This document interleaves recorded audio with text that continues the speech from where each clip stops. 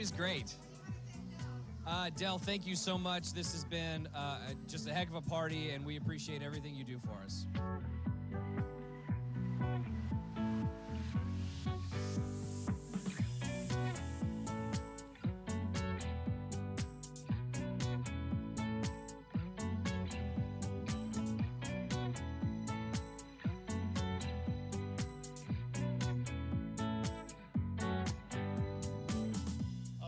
It was so awesome. Our first property that we bought, Del walked the property with us and said, guys, this is a no-brainer. You need to buy it or I will. And so we have 4 properties now. So it was great. Yeah, Del was a great mentor. We believe that he changed our lives. Yeah, Del changed our lives.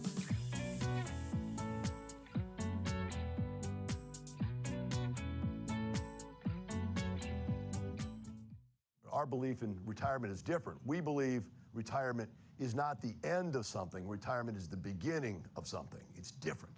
Everybody else thinking, man, I'm going to be old and useless, and I better have some money to live on because I can't get up and grind the rock anymore, right? We're saying, no, we're going to be rich when we're young, so we have the energy to go do whatever we want to do. Yeah, my name is Hassan Okasha. I'm Nisreen, and we joined Lifestyle around November 2019. And yeah, we're both from Morocco, actually, but we met here in America, which was really cool. So we had about 7 properties prior to coming to Lifestyle. We had a really good friend of ours who was with Lifestyle and doing extremely well. And we were like, we got to go. Let's go. We joined David's seminar, and then we started to invest in single family and do it the right way, the Lifestyle way. And that has completely changed our whole outlook. Since we joined Lifestyle, we've acquired 3 single family properties in 3 months. Let's dive into your property. What was the rehab like? It was actually a big rehab. So it was foundation, plumbing, flooring, light fixture, appliances. We actually got a really good contractor that we got through the vendor list. And prior to coming to Lifestyle, one of the things that we always struggled with was finding reliable people in to do renovations. So having that peace of mind and having someone within Lifestyle that understood the investor mentality and they just brought so much to the table has been an amazing blessing for us. The purchase price was 103. Actually, the appraised value was 165. And it's 15K over the asking price. Woo-hoo! Over the estimated appraised price. Look at that, and you're out of pocket. Hey guys, this whole thing. Testing. There's only 8. Hey guys, I'm going to be starting. Can you hear that, David Fisher? Get back that 18 plus 27,000 or 28,000 on top. Testing. 52% return. Way to go. Hey guys, we're going to be starting in just a second. If you can go ahead and make your way out. You can stay in here, but you got to be quiet. I would never believe you, but then Hello. You get so empowered with your mentors, with the education that they provide you, that you are able to, bring this other person that you had absolutely no idea had existed before. Just follow that map and you'll be successful. You'll get there.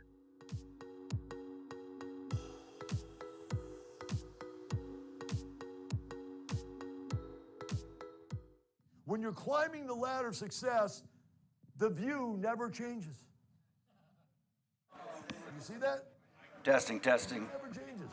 And number 3, worst of all, whenever there is anything that goes on, always falls downhill. There you go. That's your life. 30, 40 Testing. years. Get up, go to work, get up, go to work, get up, go to work. Every day for the rest of your life. That's If I can get you all to, if you're going to keep talking, you're welcome to stay and talk, but you got to talk out of this room because we're fixing to start. We'll be broadcasting as well. So if I can get everybody, or you can have a seat, whichever one you want. Trying to find another job in a non-existent job market for petroleum engineers, whittling down my savings and going over and over that calculation of how long I could live off my savings. I've been a member for about 6 years. If I can get everybody in the room Period of time. to Even though I've been either move to the hall with your conversation net worth is or just be quiet. Either one. I'm going to wait just a second. Hey, David Fisher. My Oh, there. husband He's going to be We're good? retiring soon from the military. Hey, Randa, He had an can you option kind of get everybody else to out? continue. They need to be quiet or get out. Either way. Becoming Lifestyles members and, You can talk, you just can't talk here. it doesn't even match, It's like you can't even want to take something like that when you know what you can do with your real estate investing. Can you imagine if you lost your job and you didn't have that passive income and you had no money coming in? What would you do?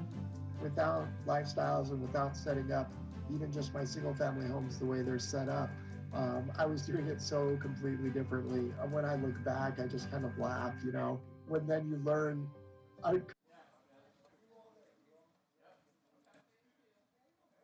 All right. Look, you guys are so good. Thanks so much. Hey, we are online and in person. We have more people coming. My name is David Rizika. Glad you're here tonight. Oh, wait. There we go. There's my picture. I'm a member of Lifestyles Unlimited. I want to say welcome tonight to all the people in the room as well as the people online. You're welcome to Case Study. This is one of my favorite things about Lifestyles Unlimited. It's called Learning from Success. You're going to hear a couple single-family case studies tonight. You're going to hear a multifamily case study. If we can either maybe pull the door shut or whoever's whooping and hollering out there, I don't know what that is, a bunch of Aggies. I'm a member of Lifestyles Unlimited, like I said. We're going to have a great time tonight. Glad you are here. Couple things about myself. I was raised in a financially savvy home, and at five years old, I had 2 shares of stock, and I'd get up every morning, I'd look in the newspaper and see did I gain or did I lose 12.5 cents, which is half of a quarter, which is a lot of money for a 5-year-old kid in 1967. I went to school. I studied really hard, grew up in Austin, Texas, moved to Waco to go to Baylor University where I got a BBA, an MBA. I was in a Finance Honor Society, an Economics Honor Society, graduated from Baylor, came here to Houston, Texas to be a stockbroker. I love the stock market. It's amazing for gambling. It's great for speculating. David Fisher just got told to be quiet. For speculating, it's great for raising large amounts of capital for large corporations. For people like you and me for investing, not so great. The last time I checked, which it was maybe a month or 2 ago that I checked, the trailing 12 months return on the entire stock market was about negative 14%. So very thankful I found Lifestyles Unlimited. My very first deal, very first investment, no experience at all. After joining Lifestyles Unlimited and taking the education, I had a 150% equity capital gain on the equity capture and 70% a year cash flow. Never dreamed of doing that in the stock market. You're going to hear some great stories tonight of people who are doing investing. If you're not familiar with Lifestyles Unlimited, we are a real estate education mentoring and education group founded by Del Walmsley in 1990. And we are A+ rated by the Better Business Bureau. September was our 32nd anniversary. 50,000 members, people who have taken the education and been able to go out and start investing. If this is your first case study, we don't want it to be your last. We want you to come every single time. We want you to join. And to join, the way you get started is with this right here. It's our Financial Freedom Program. It begins with that Financial Freedom Seminar. That is step-by-step how to locate, negotiate, finance, rehab, lease, and manage single-family properties and multifamily properties. It is taught by a real estate investor, a multimillionaire, somebody who's joined Lifestyles Unlimited, taken the education, and as a result became a multimillionaire. And you can attend that seminar as many times as you want. We're going to have one right in this room this weekend, Saturday and Sunday, 8 to 5 both days. It will be in person, and it will be live streamed. But it's 16 hours. You get done. You have questions. What are you going to do? Well, you call our member services team. Everybody on our member services team is a real estate investor, and they're doing their investing according to the principles we teach in that Financial Freedom Seminar. We also have exactly what you're experiencing right now, monthly case study events, at least 3 that are in person and live streamed every single month. Also, sometimes we have them in different places. Like in June, we had one in Hawaii. So if you want to go to Hawaii and go to case study, that's part of your membership. The plane ticket is not included. But what if you miss case study? You can't make it here in person. You can't watch it online. You go to the member portal. You have 24/7 access to that portal. We upload all the case studies there. You can see what people were doing for their investing in 2019. Again, that idea of learning from success. Also, additional education that you'll need. You also have access to our vendor program. You have to have a team of people to invest. You need people like whether it's a CPA or a lawyer or a plumber or a general contractor, you're going to find those folks on that vendor program, and it's a family membership. That's for you, your spouse or significant other, kids up through age 18, all are on that membership. You got a 17-year-old that wants to come to the 2-day this weekend, they can come by themselves. You don't have to come with them. They're a full member just like you are. Now, I paid $740 for this membership. What did I tell you my capital gain on my first deal was? My equity capture, 150%.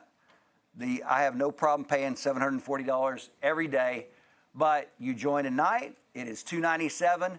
That is for 2 years. If you're in the room and you're not a member, you can join at the back table there anytime. Online, you go to financialfreedomlivestream.com and you see the promo code there is 2 years save. Now, you can go ahead and do that anytime during the seminar. You people that are online, you can go ahead and join anytime that you would like to. I mentioned one of the benefits is our vendor program. So I'm going to get David Fisher to come up here, and he is going to introduce our vendor program. And I will give you the clicker. Thank you, sir. All right. Since John's not down here, I'm going to do his job for him. Talk about our vendor program really quick. It's part of our toolbox. I always sit there and say real estate investing is a team sport. We want you to do this for yourself. Don't do it by yourself. We teach here. Our goal is to be investors. You're not supposed to be picking up a hammer. You're not supposed to be creating another job. So I'm going to go through some of these vendors here, and they're going to raise their hands. Now, remember, folks, stay within the square here because they can't see you, all the hundreds of people online. You're dressed up nice. You can be right up front. Go ahead. You have a suit on. Looks like he just got off work. All right. So here's some of the lenders we're working with. Right here is Damon Maddox from Gateway Mortgage. Okay. We have Jesse. Where's Jesse from? CBRE? CBRE, yep. You got to rate CBRE. I have to guess who you are. This guy gives out millions of dollars in loans, can't even write what he works for. That's okay. He did write his number down, but, I'm taken. So, Alicia from AMP. There you go. Okay. I've done a lot of loans with Alicia's company. Sean Easley from First American Title. There you go. All right. Then we have Richard Copeland from R.A. Copeland. That's another lender. Where is he? He's out there smoking crack. Okay, he's not here. J.R. Ramirez. Where's J.R.? Yes. He's an inspector, correct? Navy guy. Navy guy, yeah. Okay, there you go. Or all right. Fourplex or multiplex. Okay, cool. All right. Then we have Larry Moak from Lone Star. Where's Lone Star He's the tree czar, so he speaks Russian, right? Landscaping, prepping new properties on the outside, making it curb. He makes your curb appealed, landscaping stuff. Awesome. Okay, thank you, Larry. Also, we have Ravi. Where's Ravi from Pink Lending? Right. Also, we have Jesse Correa from Noble Mortgage. There you go. Also, we have Jessica from Catalyst. Where's Jessica? And who else is with you? Ernest? There you go. Oh, I know Ernest. Okay, cool. And is your name on there too? No. Why not? David's with us as well. Doesn't know how to write his name. Okay. And then we have Antonio from JW Quality Construction. He's one of the contractors there. So this is part of your team that you guys can work with. If you need any vendors, these guys will be around all night. Plus, there's a bunch of cards in the back of the table. If you guys are online, anybody who's a member, we have these all across the United States. So look at the vendor program, and you will see the different guys, and you can see the ratings, good or bad, about them, and our members rate them. So thank you guys for coming out. Appreciate it. There you go. Give them a hand. All right. My name's David Fisher, and I'm going to be the one who's the MC tonight. Now, I joined Lifestyles in April of 2009. Who remember what the stock market did in April 2009? Does anybody remember? It hit 6,700. In other words, that year, your 401k turned into a 10K. Anybody remember that? In other words, when I joined Lifestyles, I'm a multimillionaire now, but when I joined Lifestyles, I was not. Here was my situation. Me and my wife were working class folks. My wife was a captain in the Air Force. At the time, I was a stay-at-home dad. I'm ex-military as well. By the way, is there any ex-military in the room? Give those guys a hand. Thank you for your service. Appreciate that. So my wife is a captain in the Air Force, made 65 grand a year. We were Dave Ramsey people. Who knows who Dave Ramsey is? So I had to pay it off house, no credit card debt, none of that. Listening to my financial advisor, I had some large caps, small cap, mid caps, overseas funds. I had $500,000 in my portfolio. Was I blessed in life? Absolutely. I had $500,000 in 2008. Fast forward between 2008 to 2009, I was able to turn, listen to my financial advisor, that $500,000 into $70,000. God bless those stock market guys. Who's with me? Has anybody else lost money in the stock market? It's not if, but what? When. There's no guarantees. It's like gambling. It's like speculation. Watch this, though. How many people think that the stock market is gambling? Every hand goes up in the room. Watch this. How many people in this room are still invested in the stock market through your 401k, IRA, TSP, or 403b? Same hands go up. So if you think it's gambling, why do you do it? Because that's all you know. So what I want to talk a little bit is, how do we navigate through the chaos of what's going on right now? Who agrees it's kind of chaotic right now, the whole economy? Does everything cost more? Doesn't matter if you're a Republican, doesn't matter if you're a Democrat, everybody's paying more at the pump, are we not? Okay, that's not political, it's just the truth, okay? Everything is costing more, your dollar's going less. Is everybody getting a 50% raise this year to pay for that extra, inflation? Anybody? No? So your dollar's not going as far. The problem is, people think that having different presidents is going to make them rich or poor. It doesn't matter whether your president's Joe Biden. It doesn't matter if your president's Donald J. Trump. The only one that's going to change your financial situation is who? You. See, you have to be personally responsible. You understand that? Now, according to Fidelity Investments, the average American right now has about $100,000 in their IRA. That's a real number. That's the average American. Now, I want you to think about that.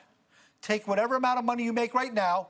Let's say you're an engineer, you make 150 grand a year, and you have $100,000 saved up, and you retire tomorrow. How long would that money last you? 1 year? Maybe 2 years.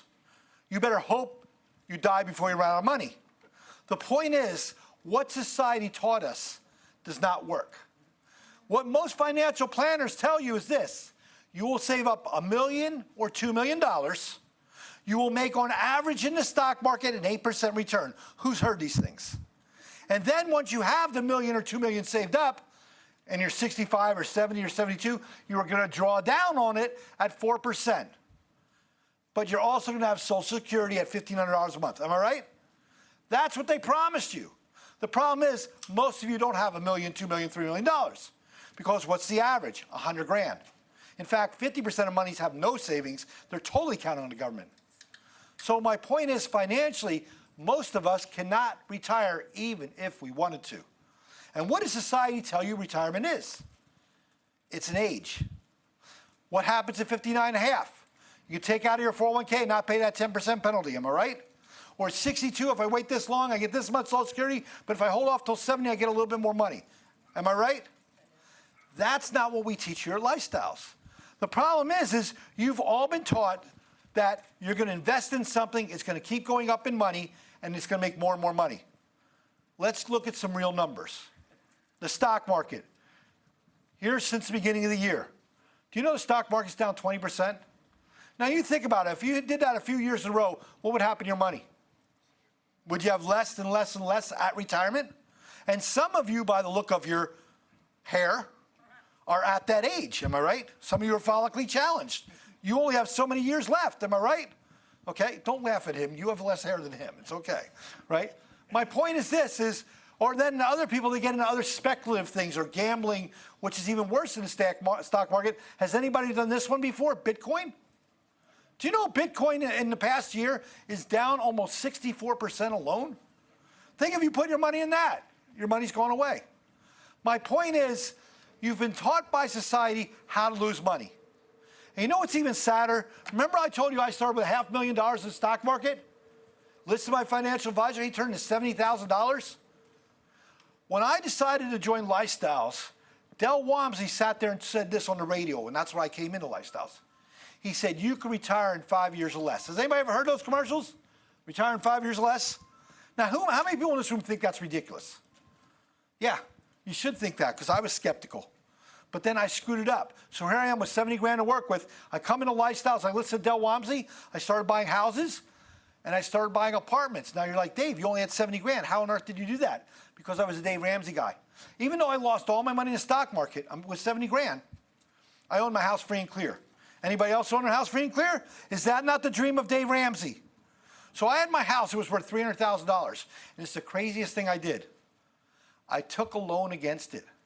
I pulled out $230,000 out of my house. Do you have to pay taxes when you pull money out of your house? Nope, because it's a loan. I used that money and I invested in a 29-unit apartment community. I had another partner put up the rest of the money. We're all in at 365. Fast forward a year later, it's worth $1.7 million. I made more money in that one transaction than I did my entire life. Do you think I was hooked after that? Absolutely. Real estate works, right? So, fast forward to today. I've been a member since 2009. Here we are in 2022, 23, whatever year it is. I don't pay attention. The point is this. I was able to turn that $70,000 into $11 million. Who'd like to do that? There's a technical term in the industry for that. Anybody know what it is? Pee in your pants excited. Who agrees? Here's another thing. When I came to Lifestyles in April of 2009, I had no prior real estate experience. How many people in this room never did real estate before and you're here for the first time? I get that. That's why we're here. I had no real estate experience. In fact, regular folks, working class folks can do this. You don't have to have any prior real estate experience. You don't even have to have any prior college or anything like that. This room is smarter than me. I can prove it right now. How many people in this room either went to college or trade school? Raise your hand. You're all smarter than me. All I have is a high school education. So if a dumb guy like me can do it, can you do it? Absolutely. All it takes is trust in the system, learn how to do it, mimic success, not failure, find somebody who's successful and do that. Who likes that idea? Really simple. So what I suggest everybody do is find a mentor. Find somebody who's very successful at something and do exactly what they did. Don't go outside their box, just do what they said. You know who my mentor was? Del Walmsley, the founder of this company. He showed me how to do this every step of the way. And I listened to what he said. I had to take my ego out of it. And once I took my ego out of it and I listened to him, even though all my friends said, oh, you shouldn't do that, real estate is risky. You know what's funny is all the people that told me I couldn't do this, when I asked them how much real estate they had, what do you think their answer was? None. How are they telling me how to do something if they've never done it themselves? How many people are here that have people that say, oh, you shouldn't do that? You got to do it anyways. In this room, in every room I teach, there's an 80-20 rule. You know what that means?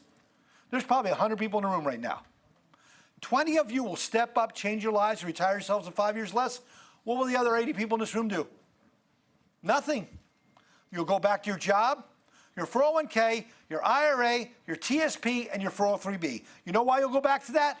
Because that's what's easier to do.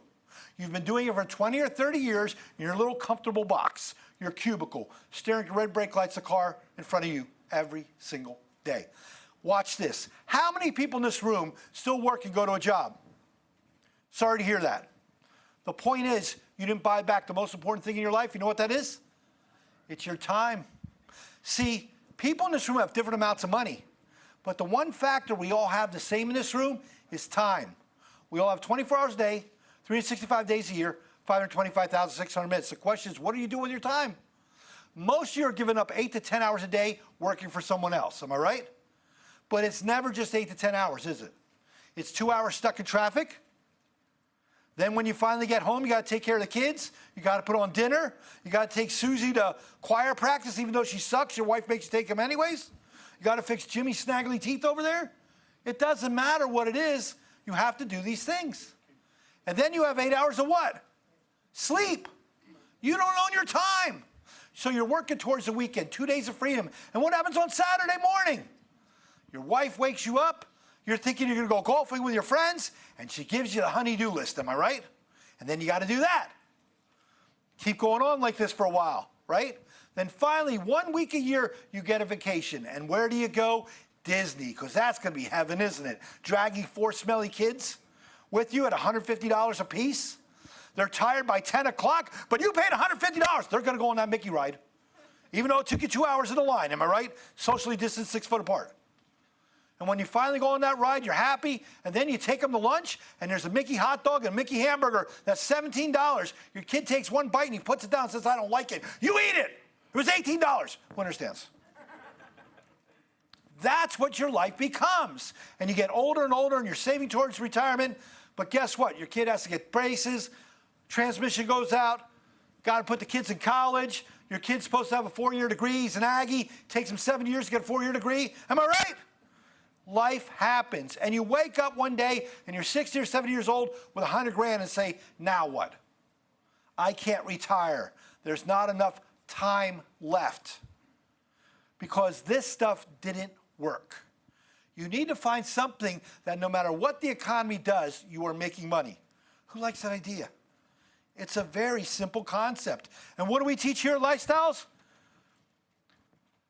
Real estate. I don't want you dealing with all the chaos of what's going on in the world. I want you to do things that are not gambling and not speculative.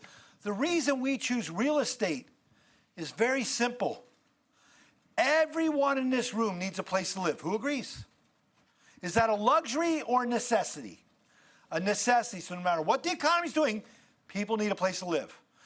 They'll narrow it down even further. We don't do the high-end stuff. We don't do the low-end stuff. Why? Because the high-end stuff, when the economy goes down, those high-end jobs go away, and those people become middle class. Plus, how many people are going to rent $3 million houses? This small of a pool. And you know what kind of people rent $3 million houses? Lawyers. Do you want to rent to a lawyer? No, they're jerks. Who's with me, right? I don't want to rent to a lawyer. They know more about the contract than me. So we target the middle class. Well, why don't we target the low-end stuff? Because those people are what? One flat tire away from being broke. So think about it. Broke people, what happens? Their transmission goes out, they can't pay the rent. The government has a safety net for them, Section 8 housing, public housing, let them deal with that. The people that rent from us are middle class, hardworking Americans like yourselves. So even during the worst economy ever, you know when that was? During COVID. In our lifetime, who agrees COVID was the worst economy? All these small businesses went out, those taco places we used to go to, they're all gone. The nail salons went away, am I right? A lot of stuff lost money during that time. But did people need a place to live during COVID? Absolutely. We made more money during COVID. We did more transactions during COVID. I made my best returns during COVID. Now, I can't say that all the time because it sounds like I'm evil, but I'm a capitalist. Who likes doubling their money during COVID? Yeah, I love COVID. Bring on the plague again. I hope we get Tourette's or something next. I don't know. It'd be cool, right? So my point is even during the worst economy, people need a place to live. And when people were worried about getting paid, well, the renters can't pay you rent. Yes, they could. Because guess who I rented to? Essential workers. Who remembers that name? That means those hard-working Americans got up every single day. They could go to their jobs. You were stuck at home because you had a job that wasn't essential. So you see how we made money even during the worst economy? That's how you mitigate your risk. And I always teach people, what type of return should we make in real estate? I always teach people, let me write it on the board real quick. If you're new, write this down. This is the returns I want you making. At least an 8% return tax-free each year. Would that be pretty good? And not only that, I'm going to show you how to do this weekend. Double your money in every deal. Who'd like to make a 100% return in every deal you did? Would that not be life-changing? You're going to hear several stories tonight of members. They're going to come up here and tell their stories. They went through that seminar. They learned how to do it. They took action on the information, and they learned to double their money in their deals. It doesn't matter whether it's single family. It doesn't matter if it's multifamily. That is our goal, to double our money in every single deal. And that is how you will retire quicker. Take whatever amount of money you have right now, your 401k, your IRA, your TSP, your 403b. Doesn't matter if you have 50K. Doesn't matter if you have 100K. Doesn't matter if you have $1 million. And double it in 2 years. Who agrees that'd be life-changing? You would have more in that one deal than you did in 30 years of working or 20 years of working your job. That's what you're going to see tonight in both single-family and multifamily investing. All I want you to do is understand the concepts of what we teach. And if you decide to join up and come this weekend, the coolest thing I do in the seminar every single time I teach is I find a property that's $20,000 to $30,000 out of pocket, How many people in this room can come up with 20, 30 grand? You don't have to be a millionaire to do this, is my point. And if you could double that money, would it be worth coming to that seminar? Because what I do in the class is it's one thing to write numbers on the board and teach you how to do it, but I actually go live on the internet. I find a property that day that somebody can buy in that class. Tell me that's not cool. And a lot of times students will buy it right out of that class. And how many times can you come to that seminar?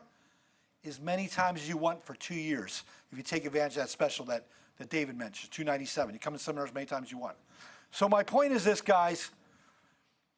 The only way you're going to retire yourselves is if you do something different. You have to step up. You have to take action, okay? It's one thing to come to the seminar and learn how to do it all. It's another thing to actually do it. If you don't take action on the information, it was worthless. Does it make sense? You have to do the one part I can't do. That's stepping up. How many folks are coming to my seminar this weekend? Anybody in the room today? A couple of y'all? Well, anybody who's in the back, that's not where you should be. You should be up front. That's how we learn. Come this seminar this weekend. I'm going to show you every step of the way how to find, locate, evaluate these deals. But I want tonight to be interactive. When I bring these members up and they tell their stories, especially if you're new, ask them questions. How hard was it to find a renter? How'd you find a property? Whatever you want. I want it to be interactive because they sat in those chairs just like you, and now they're stepping up and sharing their stories. But for all the new people, I'm going to break this down even simpler. I'm going to break it down to a game you all play as a kid. Now, how many folks in this room played Monopoly as a kid? So remember when you played Monopoly and you started the game out and you roll a 2 or a 3? You land on the welfare properties. Who remembers them? The purple ones in his hood? Baltic and Mediterranean. You all remember them? Okay? So, and when you land on those properties, you got those little houses. Remember that? Now, when we do rental houses, every one of these little rental houses is like a little cash machine. You will make $200 to $600 off every little house. And in today's market, you need $20,000, $30,000 to buy houses. The median right now in Houston is around 30 grand. That's what it takes to buy a house. And every house will make you $200 to $600. So when you played the game, you rolled the dice, you rolled a 3, you landed on little Baltic or whatever one it was. You put down the little greenhouse. Did you rip off your clothes and run around the house naked and say, I won? No. How'd you win the game? You had to go back around and buy more what? Houses. See, one house will not retire you. But let's say one little house makes you $500 a month. What would that do for your family? Well, you think about that. You put out 30 grand, you make $500 a month. That's $6,000 a year. And that's tax-free income. I'll break down why it's tax-free this weekend. So that's $6,000 a year or $500 a month starts buying back your what? Time. Each one of these little properties is a little time machine. $500 might pay your gas bill, might pay your electric bill. You see how you bought back just a little bit of your time? Then a second house, a third house, a fourth house. What if you had 10 houses making $500 a piece? That's $5,000 a month. That's 60 grand a year, tax-free. That's like an $80,000 or $90,000 a year job. That might be enough to retire a teacher in this room. Who'd like an extra 60 grand a year tax-free? I bet your stock portfolio is not doing that, is it? What about your IRA, your 401k, your 403b, your TSP? How much money is it really putting in your pocket to pay your bills right now? The answer is zero, am I right?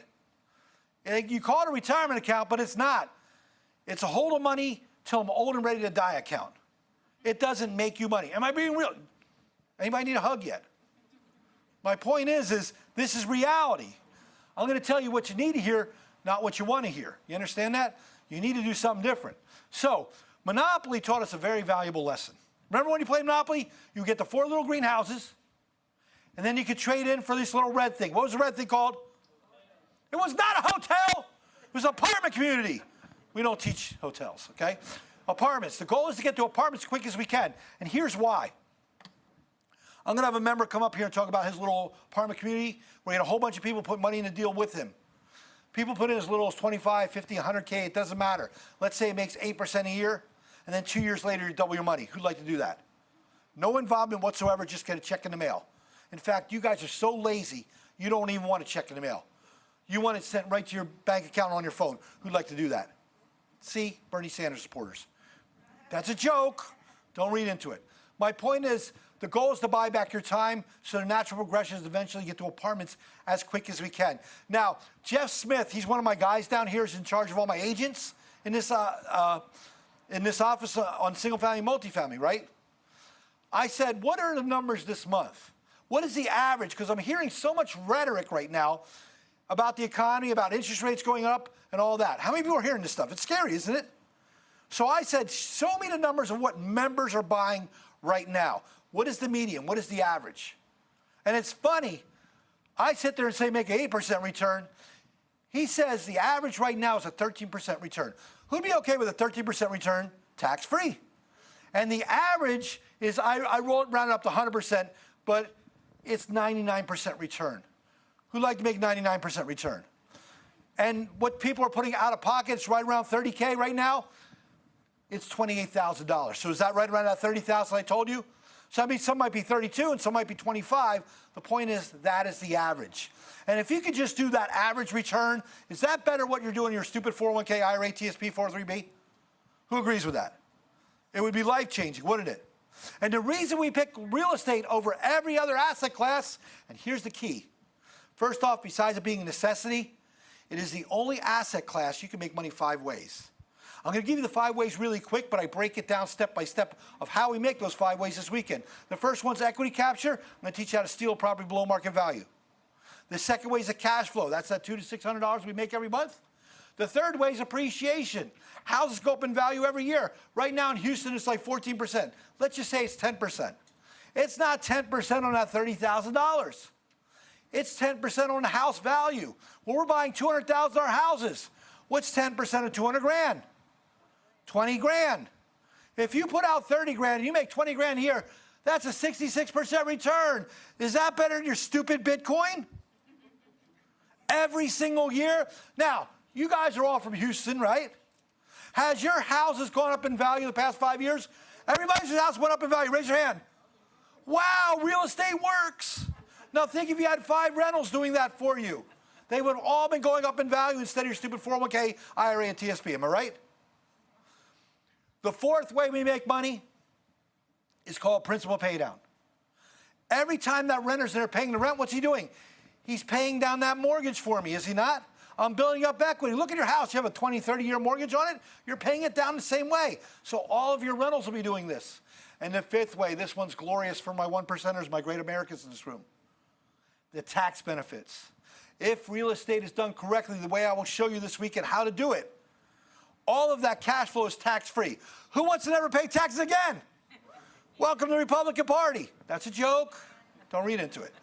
The point is I'm going to show you how to legally pay no taxes if done correctly on the cash flow. Also, the capital gains rate is only 15%. I'll even show you something called a 1031 exchange where you don't even have to pay capital gains. Who wants to never pay taxes again? That's what I'm going to show you this weekend. Okay? So there's 5 different ways to make money in real estate. Hands down, no other asset class can do this. Okay? One last thing I want to go over with you. It's called the natural progression of the real estate investor. We all start off dependent. And life is like a ladder. Now, in my case, I was in the military. A couple of you served in the military, you know what it's like. You are not in control of your life.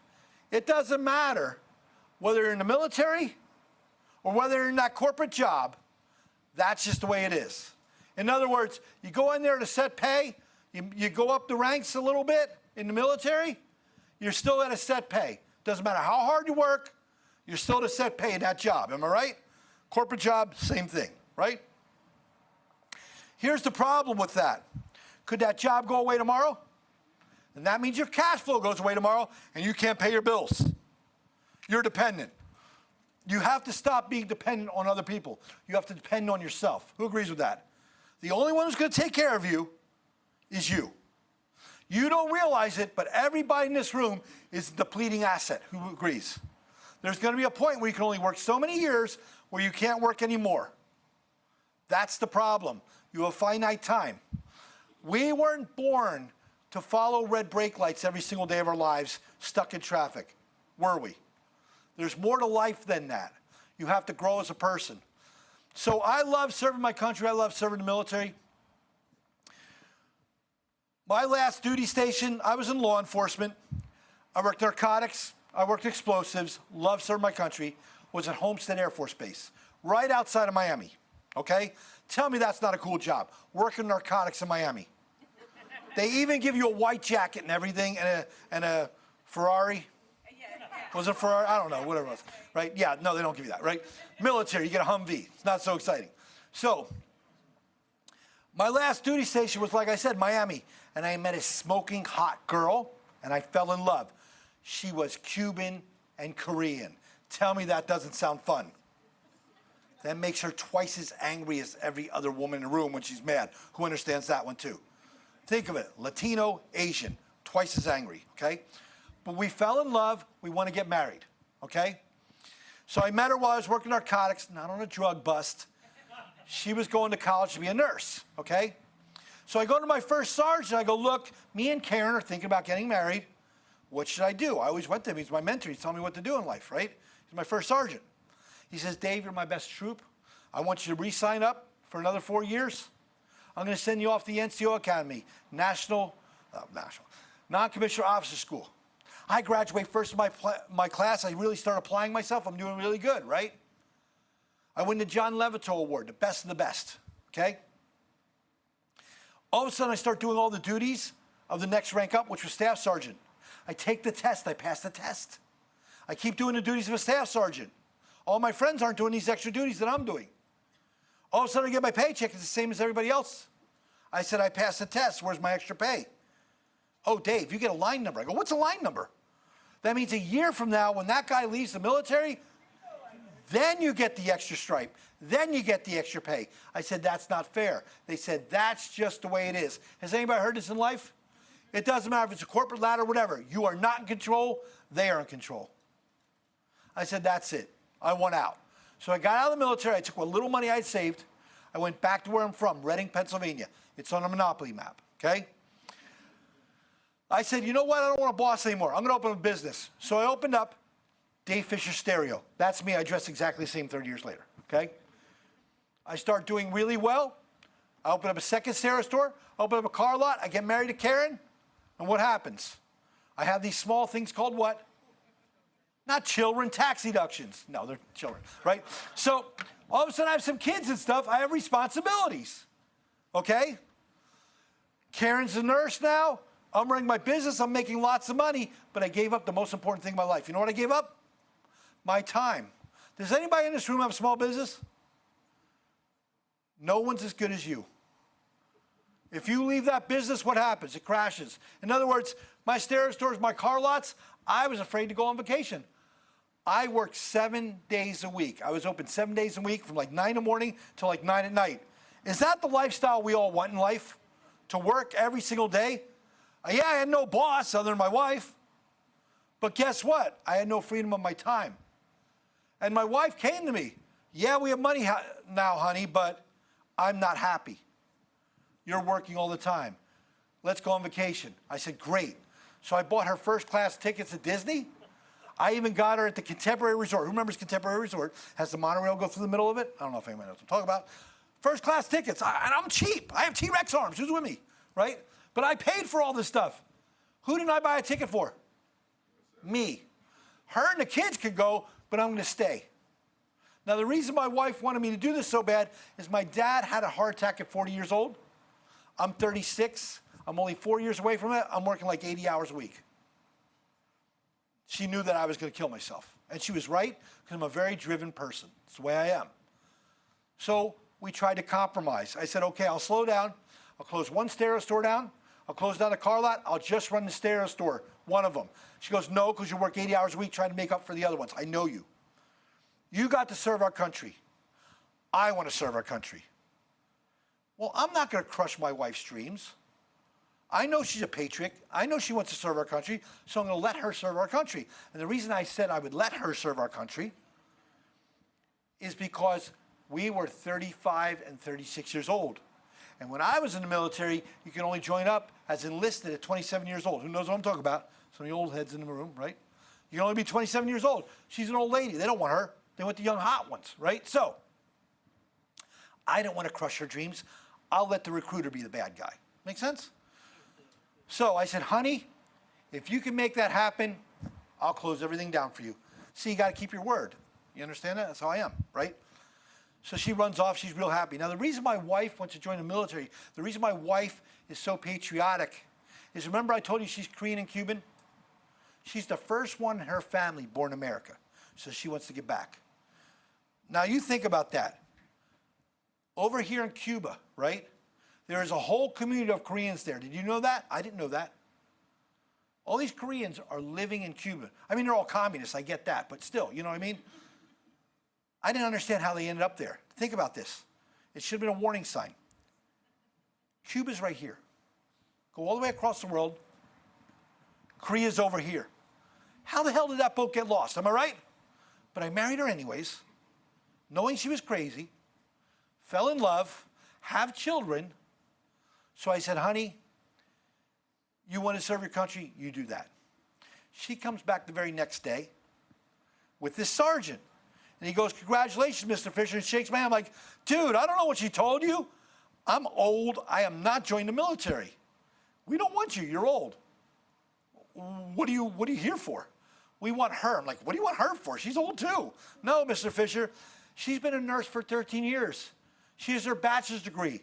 She gets a star as an officer. In fact, we're going to make her a captain. And since you're enlisted, you have to salute her. I'm like, oh, hell no. She already tells me what to do every single day. But what do? I keep my word. I close down my stores. I take all my money. I have $500,000 in a well-diversified portfolio. Large cap, small cap, mid cap, overseas funds, just like you all do. Heavily invested in tech stocks because they were making good money back then. This was in 2005. Dave Ramsey, what do? I take some of my money. Of course, $500,000 was in the stock market. I took another $190,000. I bought my house all cash, right? Dave Ramsey, no credit card debt, and everything's great. I'm going to be a stay-at-home dad. How hard is that? You take Cheerios, you throw on the ground. The kids eat that crap, you play video games all day. God bless America. Who's with me? And everything was good till what happened in 2008, 2009. That stock market crashed. You understand that? And I felt like a what? A failure. Heard Dell on the radio. And I normally would shut it off because I thought Lifestyles was a swingers club. Who's with me? It's a weird name. But what Dell talked about was the 5 ways to make money in real estate, which I just explained it much more in detail than I did. I did it really quick with you guys, which I'll do this weekend. But then what he explained to me was this, what a business was. See, I thought my stereo store was a business. And he defined a business on the radio that day is if you can walk away from it for 1 year and it's still standing. Could I do that in my stereo store? No. Could I do that in my car lot? No. But you can do that in apartments. And this is the last progression I want you guys to eventually get to. It's where I'm at now, is interdependency. When you invest in these apartments deals is what's called a passive investor. You put money in the deal, 25, 50, 100K, it doesn't matter. You make 8% return is our goal, and double our money every 2 to 3 years. No involvement whatsoever, you just get a check in the mail. Who likes that idea of investing? That's what I'm going to talk about this weekend. I'm going to show how that happens as a passive investor. That is what changed my life. I did a passive deal last year. Not even my deal. It was another leads and deal. I have millions now, so I can invest a little bit higher. Most people put 25, 50, 100K in a deal. I put $400,000.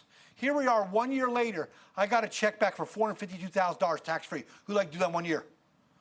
That might have totally changed somebody's life in this room, wouldn't it? Just going from 400 to 452 on top of the 400 you still have in the deal. And it's still making money on top of that. See how that changed your life? Now, what if you did 20, 30, 40 deals? I have 30 different properties throughout the state of Texas, apartments all over the place, making me money. 24 hours a day, 365 days a year.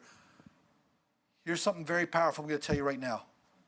If you don't learn how to make money while you're sleeping, you're destined to work the rest of your lives. Who agrees with that statement? How many people in this room, because I know there's some people who invest in apartments in this room, how many people are already doing that, investing in apartments? There you go. These are people who are already buying back their what? Time. They're making money while they're sitting here listening to me. That's what's cool. 24 hours a day. That's what I want you to learn how to do. But tonight's not about me. Tonight's about those students coming up here and telling their stories. Now, who's my mentor tonight? Is this Sorrell? It's Doug. I thought it was Sorrell, but it's going to be Doug, right? Yes, sir. Change of plans? No. Oh, it was you all along. You threw me off today. Okay, Doug.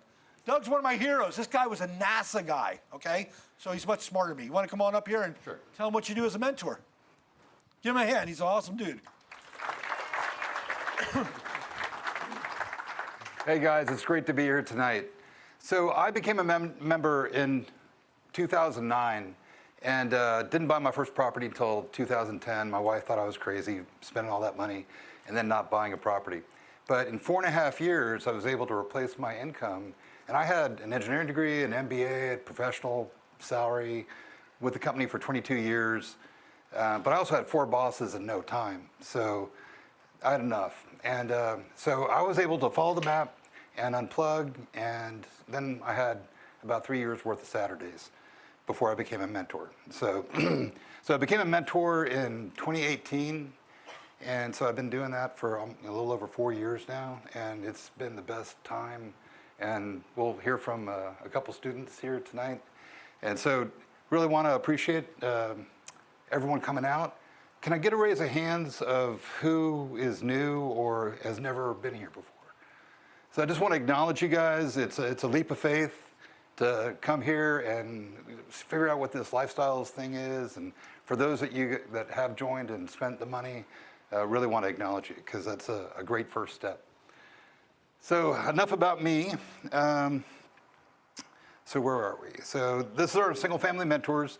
There's about 12 of us. We also all do multifamily too and passive deals and maybe IROs, but we also do single family properties too. So we're all there available to you Monday through Friday, 9 to 5. We don't work weekends unless we're doing family event or company events. So we're there for you.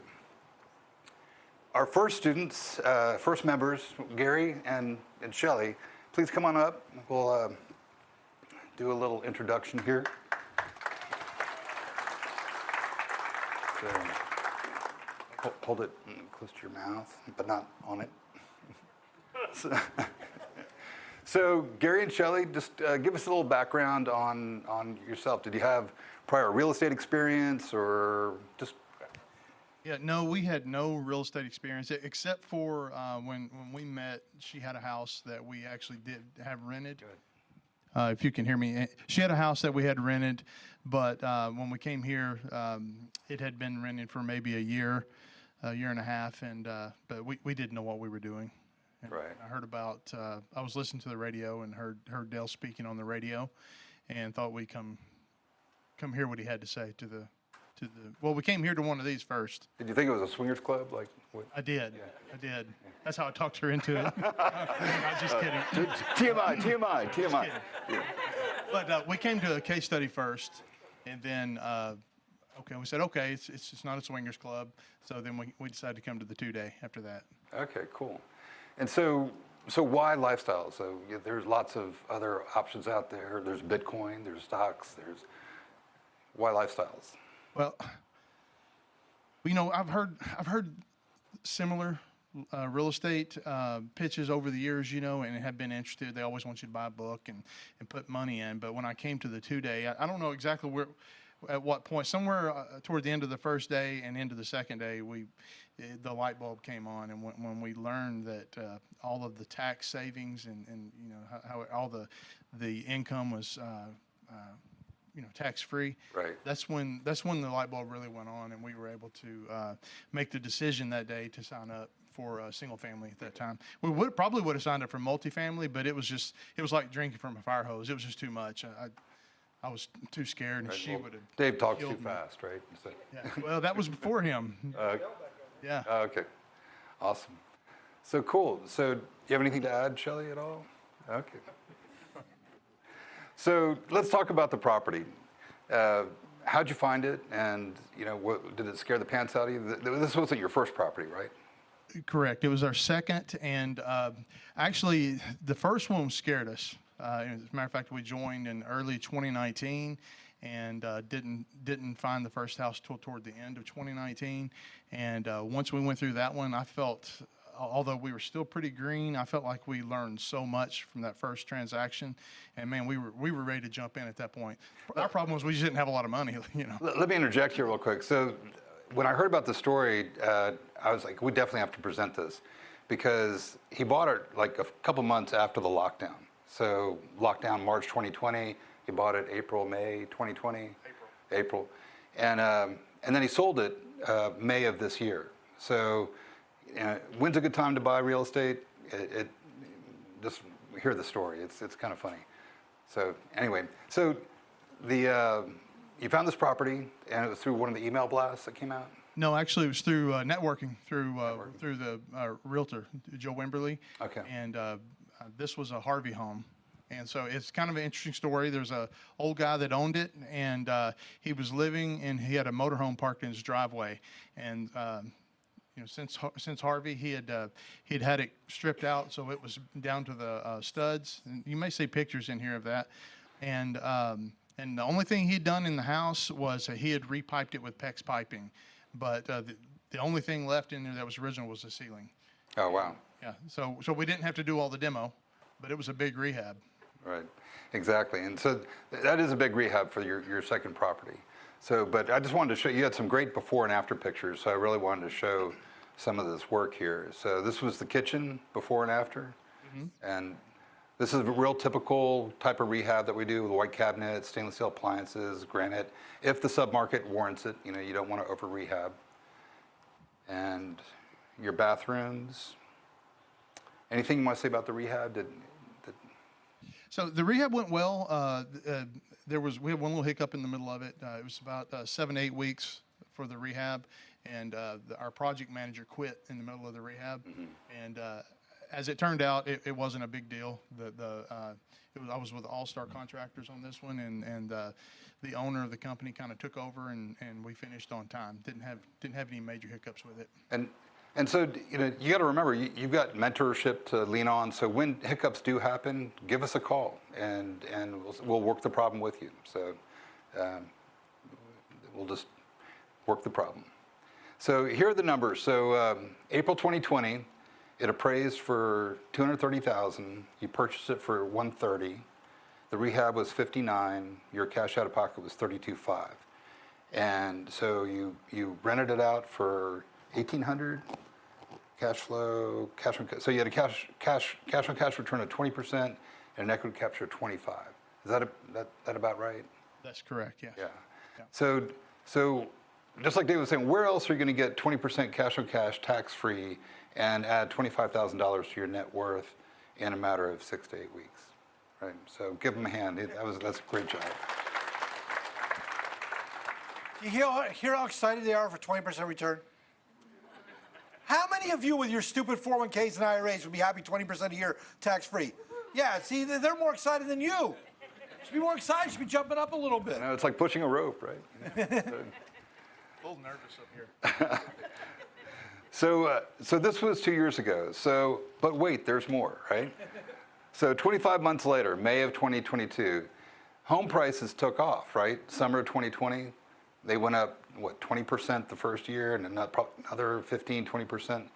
So then you got it appraised, and you were keeping track of this. And so walk us through your thought process.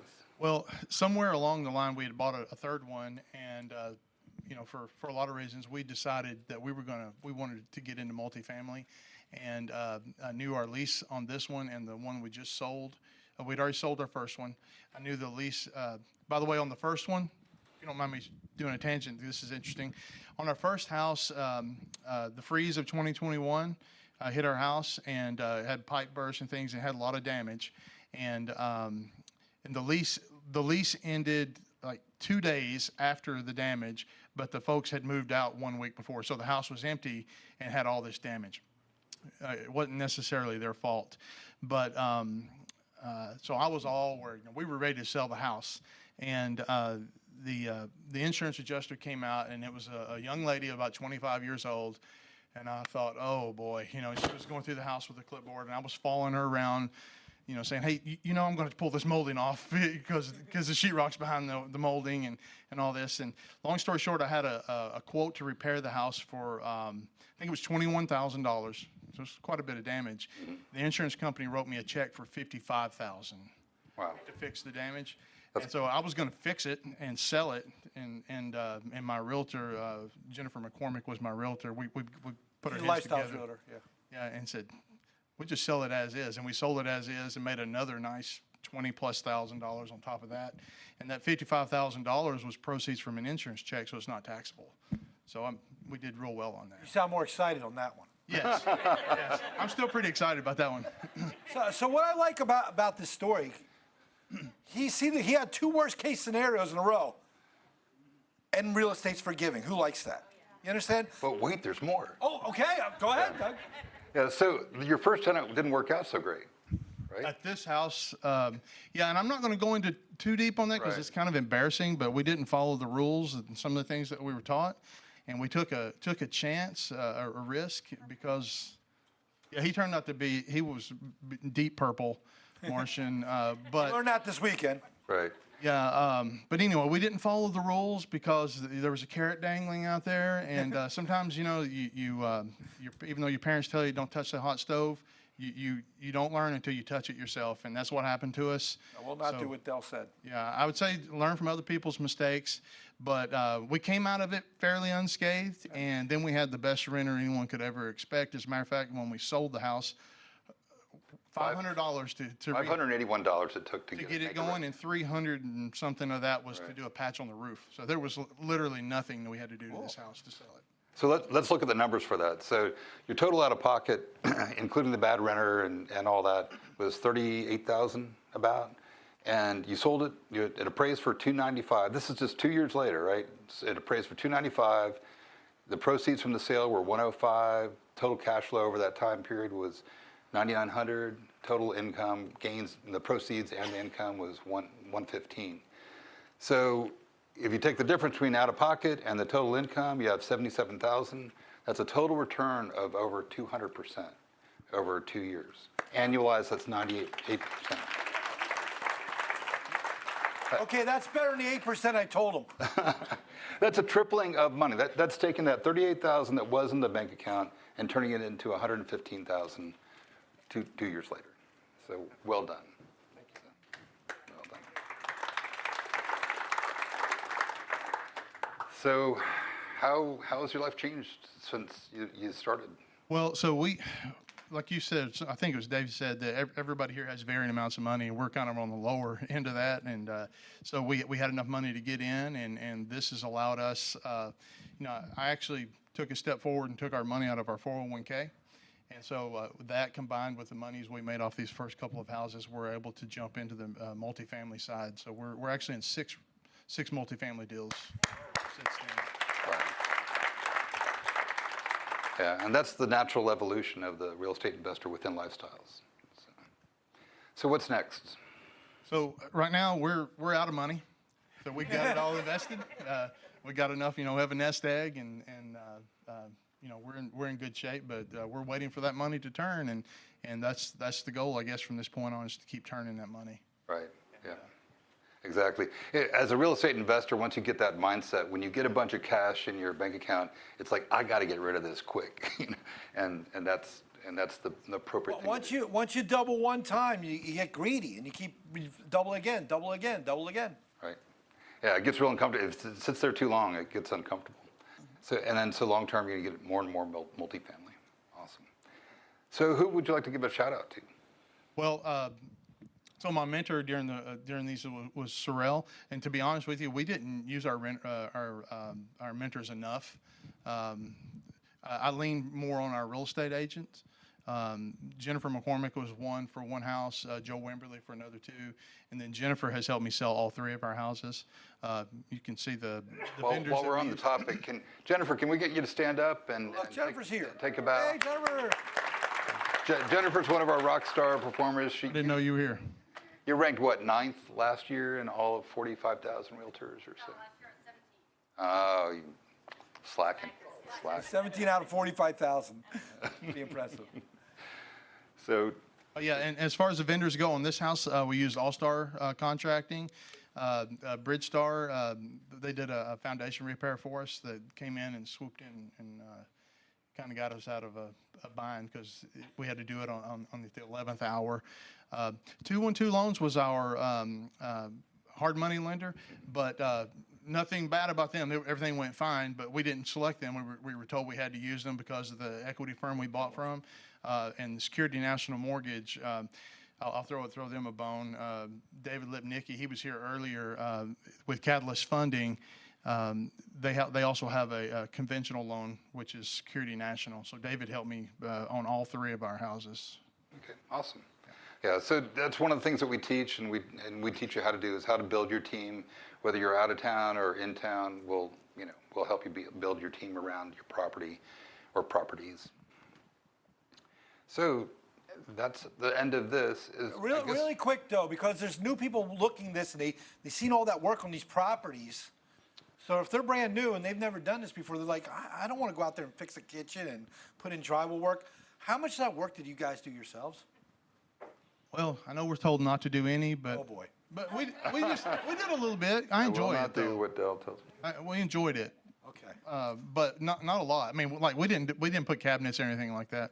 We tore down a big thing in the backyard that after I was done, I wish I hadn't done. But here's something I want you all to learn.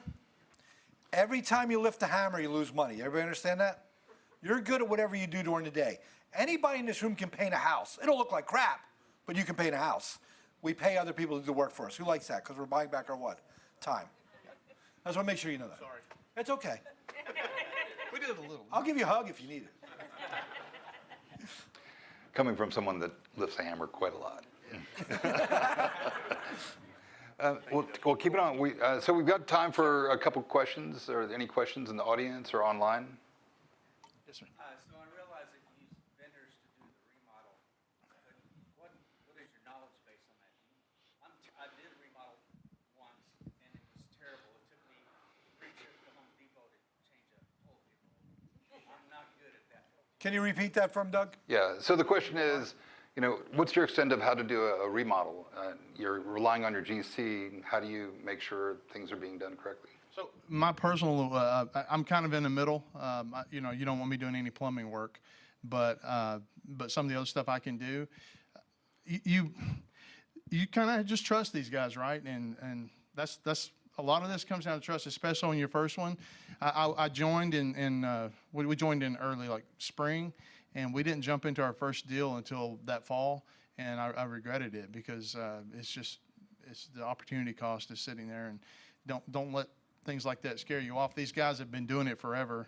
And also on your first house, you want to nitpick and try to pick the colors and all that. I'm telling you, just go with whatever scheme they've got. They've got color schemes. Pick one and let them pick the colors for you and go. Explain what a mentor would have told him to do now. Yeah, so keep your mentor in the loop, right? But before you write that final check, have your home inspector come out and take a look at what's going on. Or hire somebody along the way to check progress if you really feel that concerned about it. But I'll say also, if you have a hard money lender, they're going to do that. They're going to come out. You're going to have a scope of work, and you're going to have a timeline exactly what should be done each week, and hold them accountable. I'll cover that in the seminar. Right, and some of the lenders, the hard money lenders, they actually their draw inspector that comes out is a licensed home inspector. So that's a great question to ask. Is your draw inspector a licensed home inspector as well, as opposed to somebody that doesn't know what an outlet looks like versus a ceiling fan? So, awesome. Quick question online. Hey, so I actually had someone ask, and you just mentioned it again. You joined in like the spring, but you didn't get anything till the fall. Why was that? Well, we were. They were wondering if it takes that long to find a house. No, you can jump right in. But we were just a little nervous. Okay. And I would say the best way to do it is get in touch with these realtors. That's the best way to quickly get into some of these deals. Have them be looking for you. Tell them what you're looking for. And real quick, just so folks online understand this, members when they come in, they join our Challenge Preferred program. I'll talk about that this weekend. We track in San Antonio and Dallas, for example. Our goal is to get them in their first property within 90 days. Who agrees that's a pretty good goal? The average right now in San Antonio is 27 days. So if you want a property and you're working with the realtors and you're listening to what your mentor teaches you and you do all the steps, you will get a property very quickly. But you have to be the one who steps up. And there's nothing wrong with it. They took a little bit of time. They were a little bit nervous. Nobody's going to push you into this. You have to want to do it. Does it make sense? But notice once they did it, they're like, wow, I won afterwards. But it's getting that first fear. That's the hardest thing you got to overcome. And they overcome it. So it doesn't matter if it's 6 months later or in the first week. It's the fact that they actually did it. And they totally changed their lives forever by doing that. So give them a hand for doing that, because they still stepped up. And I would say to the new members and all that, if you find yourself struggling to do that first deal, to really take that leap, call your mentor, call any of the mentors, and talk through it, and we'll help you get through that, because it's a real thing, right? It took me 9 months when I joined, so. That's because he's a NASA guy, and they take Yeah, exactly. 14 years to get to it. Analysis paralysis. So just to clarify, because I had a couple questions on this. One person said, so net income is $77,000 from the investment, and an insurance check after the freeze was $50,000. So really, we're talking $17,000 over 2 years. No, that insurance check was the first house. I took a little tangent there. Okay. That check had nothing to do with that deal. That was a different deal he's talking about. Sorry, I didn't mean to confuse anyone there. So what was the return on that one then? Which one, David? I'm not really sure. Okay, so let me answer the first question. I'm quoting the confusion here on the question. They made $122,000 off, or $115,000. 115. Off of 30-some thousand. That's the number they need to know. Okay. It's still pretty good, right? It's okay. I'm just making sure. It's decent. 55,000 had nothing to do with that. It was a totally different deal. We didn't show that deal. Okay. Any other one more question? Congratulations, you guys have obviously been very successful with your single family, and now jumped into six multifamily deals. This might be a bit personal, but how long before you would feel comfortable not working for someone else? The real goal, Yeah. the real dream. Like how far down the road? Have you planned that far down the road? Do you have any idea? I'm not sure, to be honest, but it's probably for us is going to be another several years, maybe 6 or 7 years. It depends on how quick these real estate deals flip. Yeah, and the truth is, I don't have to replace mine and her full income, right? Because it's going to be tax free, and we don't have to have that much, right? We may transition to part time before we get to that point. And that answer is different for everybody in this room. Some people have to replace $100,000 a year, some people 50 grand a year, some people 30 grand a year. It's, can I do this? So you take the numbers. What are average returns I teach? 8% return. Doubling your money every 2 to 3 years. So how many doubles you have to get till you get to where you're comfortable making enough money? And there's other ways that we can make money as well doing this, but that's a number to be realistic with. If you only have 50 grand, it's going to take you longer. You have $500,000 in much quicker time. So there's no straight answer, and that's why you get with your mentor one-on-one. Here's my goal. Here's my 5-year plan. Let's meet that. Let's be realistic. Great question. We have one more question, JR. I just want to make a statement real quick as a home inspector that's done both draw inspections and home inspections. Although I'm a licensed home inspector, if I go to do a draw inspection, I am not checking the quality of work. I'm checking the work that looks like it's been done. So I don't want to... Let me paraphrase. We have a home inspector in the room. He's one of our vendors, really good guy, He's also a member. He's been to my seminar. Okay? What he's saying, as a draw inspector, when he's coming there, he's not doing a home inspection. He's looking at the scope of work, these line items, and just making sure those line items are doing it correctly.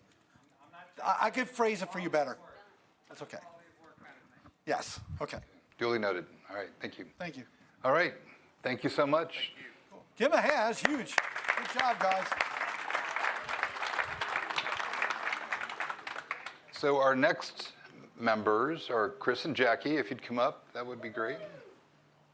Oh, there. I was looking over there. There you go. I keep turning it off. All right, there you go. All right, so Chris and Jackie, tell us a little bit about you guys. We've been married 6 years, going on 7 next year. Got 3 kids. Higher. We've been married 6 years.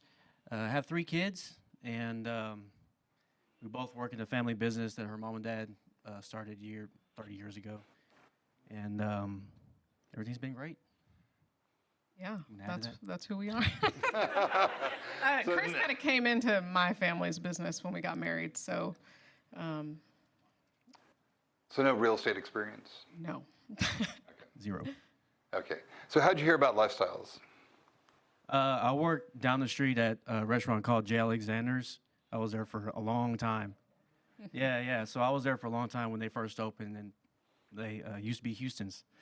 And I would work at the bar, and the hostess at night, be at 9:30, probably 30 minutes before we closed. They said, "Hey, just let you know, Lifestyles is coming in." And the bartender's like, "Hey, Chris, get ready and get this stuff out." And I said, "Well, what the heck is the Lifestyles? What are y'all talking about?" lifestyles are coming in. Yeah, what's a lifestyles? I had no idea what it was. Well, as time went, they come maybe once a month or every couple of months. And Dell would come in, and he would have a group of 15, 20, 30 people, and over the past hour, the ones that had to go to work in the morning, they would leave. And he would call in, we're talking 15 years ago or so, and they would talk about 15 grand, 10 grand, 15 grand, 20 grand apartments and making money. And one of the chefs is like, oh yeah, those guys, they're the real deal, but you gotta have some money. I said, okay, I had no idea what it was. I still didn't understand what the heck it was. But about that time, I was probably mid-20s. And then when I hit about 30 years old, then I started reading books about real estate, and I already knew that that's what I wanted to do when I got some money. So when we got some money, just the past handful of years, I was always told her, as soon as we do it, we're gonna join Lifestyles, period. And then we got married, didn't have any money. Waited. That's pretty but I common. joined as the Freedom Financial, whatever the entry level. Financial Freedom Program, yeah. First, just to stay motivated. After we got married, he dragged me to I think it was a 2-day thing. Right. And I was like, I mean, You were the that's skeptic. what you want. He talked about it all the time because he listened to it on the radio, and I was like, I have no idea what you're talking about. So, I mean, I'll come with you. And I was like, okay, I kind of get it. But when we started talking about the higher levels of membership, I was like, that is a lot of money. I don't know where we're getting that from. So when did you guys join? I joined probably in maybe 2016 or 2017. Okay. And then I became Challenge May of last year. Okay. So at the challenge level, you get access to the mentors. So I just wanted to distinguish that. So last year you became a challenge member? Right. Okay. And this property is one of 2 properties that you bought in the same week. Same week. The first one, yeah, and then the second one, this one here. So when you finally joined the challenge program, you went real slow. I went real slow, but I did a lot of. I went to the houses and tried to get practice and learn and ask people questions. And that, I to me, actually was kept working. asking him, when are you going to just buy one? Like, he'd be online doing the classes, and I'm like, just do it. You're not going to learn it until you just do it. Good. Yeah. Keep her on your team. I also have no idea what any of the classes are. So, So tell us a little bit about this property. Okay, so this place is in Brazoria, Brazoria, Texas, which is next to Sweeney, West Columbia area. Have a big refinery, maybe 20 miles away from it. Some more refineries, if going closer to Freeport. And it was in pretty bad shape. I got a call from Jeff Jenkins, and Jeff Jenkins is one of the realtors. Right. And he called me. He said, "Hey, I know you just bought this house, but when he reached out to me saying you're ready to send me some more deals whenever you got it." So he called me. I think it was the next day, and hey, go, and we're gonna be at this home, but you better come fast. And I said, "Well, I live in Lake Jackson. I'll be there in 15 minutes." So I did. And yeah, And so showed up. and I didn't know about it till he'd already did it. Yeah. That's awesome. So you again had some beautiful before and after pictures. So it was how big of a rehab? This one total cost was just under 50 grand. We're looking at probably about 1,900 square foot home, maybe a little bit more. And it was built in when? Oh, maybe early 70s. Early 70s. Okay, so living room looking into the kitchen. Here's the kitchen before and after. So you can see similar to the other property, the kitchens look very similar. Probably, maybe even the same contractor, who knows? But this is I just did an upgrade, and it sort of looks like this too. So it seems to be the trend. Right. And then you got your bathroom. You got large format tile. And then your numbers. So this is how long ago? This was February. Then after the refi, we're looking at beginning of April, something like Of this year. Of this February year. of this year. This year. Of this year. Right. That's a pretty good deal. Yeah. So your pants exciting, as you would say, for sure. Yeah. Yeah. So it appraised at $279. You purchased it for $131. Rehab 50 grand. Your total cash out of pocket was under $7,000. Correct. So like Dave was saying, typical is $25,000, $35,000 in that range. this was what we consider a home run, seeing how it stretched that dollar, right? That's right. And the equity capture, look at the equity capture, $78,000. Right. So, Yeah. well done. And for the person online that doesn't understand, could you put out $6,000 and make 70 grand? Who'd be okay with that? That'd be life changing. Give him a hand. That's huge. That's huge. Yeah, I was most proud of this home because when I was doing comparables to find out, like, hey, what's a good rent? Does it make sense in this area and so forth? My comps were 1,800, 1,850. I was like, if I can just undercut these guys and get this home rented really fast for this, and then the numbers look right, that'd be great. So that's why I'm really, really proud of. Yeah, well done. Very well done. Awesome. So you just started out, but you bought 2 properties in the same week or so. So this is the second property, right? Yeah. And so you have to your household income, you added a little over $6,000, and to your net worth, you've added $111,000. Correct. Very well done. But before you clap, so I created these slides like 2 or 3 weeks ago, and since then, what's happened? I close on refi 2 more tomorrow. The notary's coming to our office, and we're getting that done. Yeah, and then so I bought 2 more the past 6 to 8 weeks and refi and getting ready to get people moved in there. So he's taken on 2 more projects. He bought them with hard money. You rehabbed them. You refied. You've got them leased out already. Right. And they're moving in the next week or so. The first one's already moved in last week. The next one is due on the 15th. So I think he's hooked. Yeah. Is this more fun than working in a restaurant? You get a whole lot more rush for sure. The good rush, not the lunch rush. Yeah. So now you can clap. So well done. So we what do we have here? So how has this whole process worked for you? It's been great for me. I'm really happy because this is a goal that I've been wanting to do for quite a while. I've told her before we got married, really probably the first couple of days when we started dating, we started talking about like what we wanted to do and kind of our dreams and stuff. So she's like, oh, this guy, he should go to her dad. Oh man, this guy's talking about real estate. And her dad, of course, oh my goodness, who is this guy? But it's great. So the money that we make, putting it aside, and I like to see it covering our expenses. Our expenses are pretty low. We're Dave Ramsey people, so we have next to nothing. So we want something, we just buy it, and not a big deal. But yeah, so that's what we're doing right now. Is I'm just putting that money aside, covering what we got to do personally, and then you just have a couple more accounts where you just see money just keep stacking for the next deal, basically. It's been great. Yeah. And if you want to know more about chunking and stacking and all that, that's all taught in our education. So I think you might cover that in the 2-day too. So short-term goals, long-term goals? Well, short-term, as I wrote, require 2 more rental properties. Well, that's already done. Cover the family expenses with cash flow, which is what we're doing. And then long-term goal, I mean, I want to move as fast as I can, smart. But obviously, in our position, I would probably ask you, what's our next steps? And then look for a 4-plex or a smaller apartment complex, whatever it may be. I'm game. Okay. Well, definitely keep your mentor. And your mentor, we're going to cover that here on the next one, it's me. That's right. Because so what's funny is that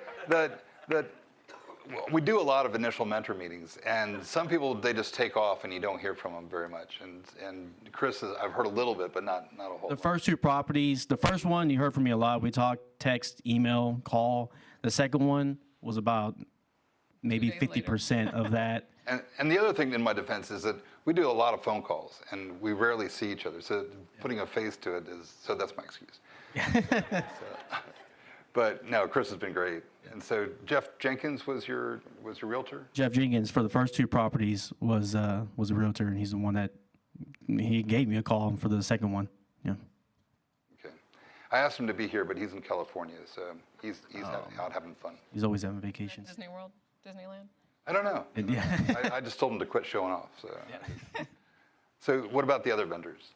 Yeah, Boost Foundation did the work on this home. It wasn't too much, and they did the work on the first home, which was a lot. Respect, JR, and Zach. Oh, there you are. Yep.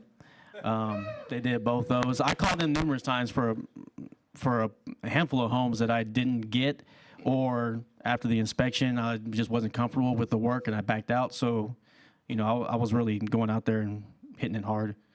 CNC Insurance, A&P Mortgage, which Alicia over here, she's doing refi on 4 properties. So big props to her because I always call her and text her, and she's on vacation. There, but she's like on vacation. Like, hey, I'm going on vacation this weekend. Okay, cool. Answer this. I need this answered real quick. Let me ask you a question. No, I'm leaving like today.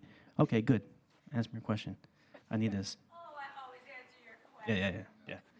But we teach how to build a team, like I mentioned before, and each one of these people has such depth of knowledge in their area. So, build your team wide and deep, and don't hesitate to ask them questions. Yeah, they know she's awesome. Yeah, they know their really stuff. Great. So.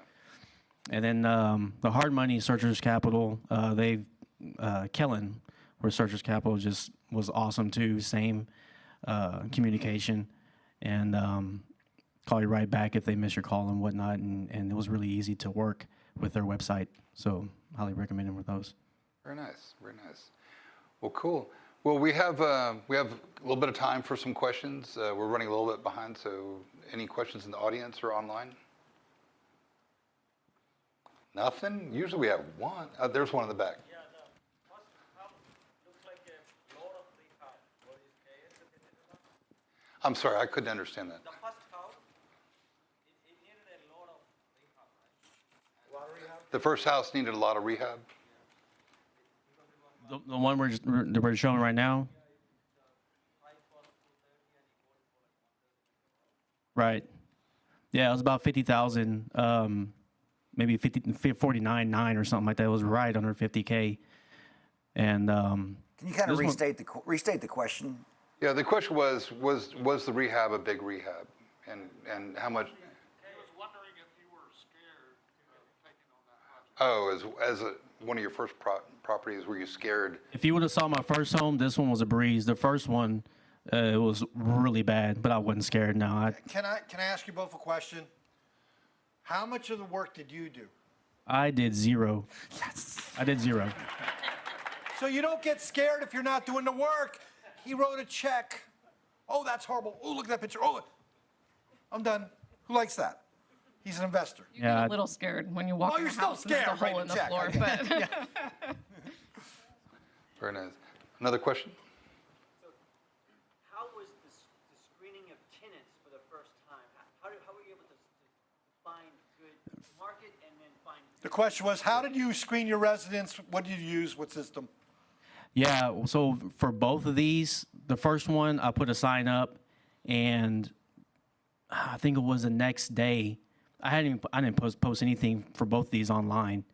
I got a call, multiple calls, but the tenant that moved in the first one, they worked at one of the plants, and they made good money, and it was they had I think he was an electrician is what he is, and this one here for the Brazoria home, he was a cop. He used to be a cop down in Lake Jackson, and then he became a real estate agent.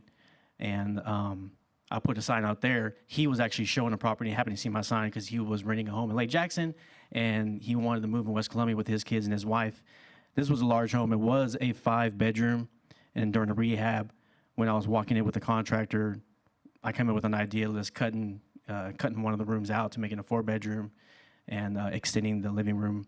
And so whenever that the renter, the tenant, wanted to come look at the property, he said, man, this is beautiful. This is great. So he was actually going to show a home, and then I gave him the application, and everything was good. So it was easy. It wasn't that. You actually did background checks and you did some real screening. Right. Yeah. Oh, yeah. So, we so the used question a was, leasing you agent did it- for these, so we didn't personally do any of that. They did that. Right. So yeah, so Lifestyle teaches to do background checks, credit checks. The mentor, when you sit down with a mentor, we can guide you through what your resident selection criteria ought to be for that submarket and what your needs are to cover yourself. So you got resident selection criteria, you got background check, you got credit check. So we teach you how not to get those purple Martians in there. If you don't know what a purple Martian or any of the stuff he said, don't worry. I will cover that step by step for about an hour in the seminar, how to do all that. Yeah, where the place of employment was a big deal with me. So just like how they teach, and that was important. So, one more question. We have a lot of friends who have done rehabs on their personal homes, and we just keep hearing story after story of how difficult it is because supplies are hard to get. And out of the past 2 testimonies, I haven't heard anybody say that rehabs have been a problem with getting supplies and workers.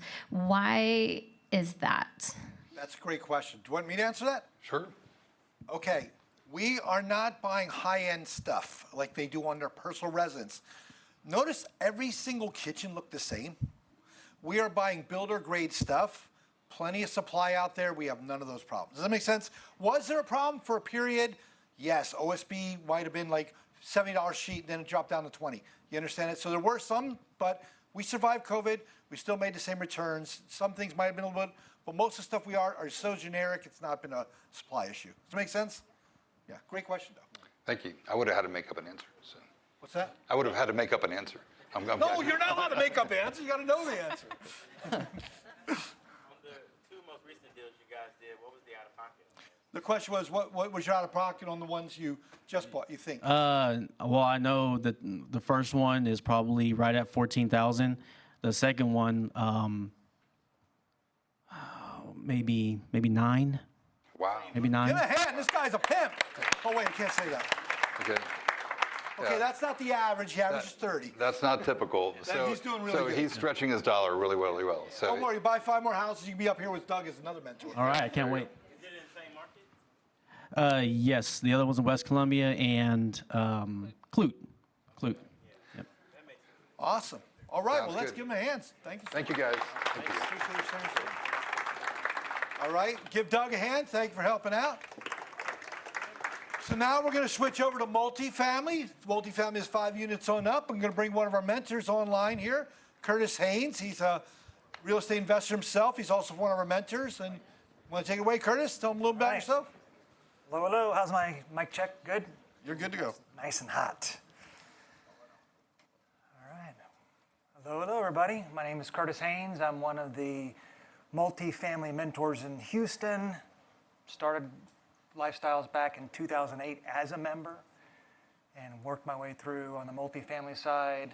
And I think it was 2016 is when Dell asked if I wanted to step up and be a mentor.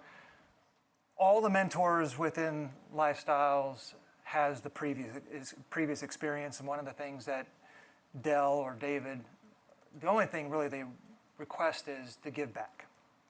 That's really truly what Dell wants, is everyone to go through his program, be successful, and give back. And when he asked me if I wanted to step up and be a mentor, I was like, yeah, absolutely, because I was so grateful of all the people who helped me, all the people before me who gave back, held my hand.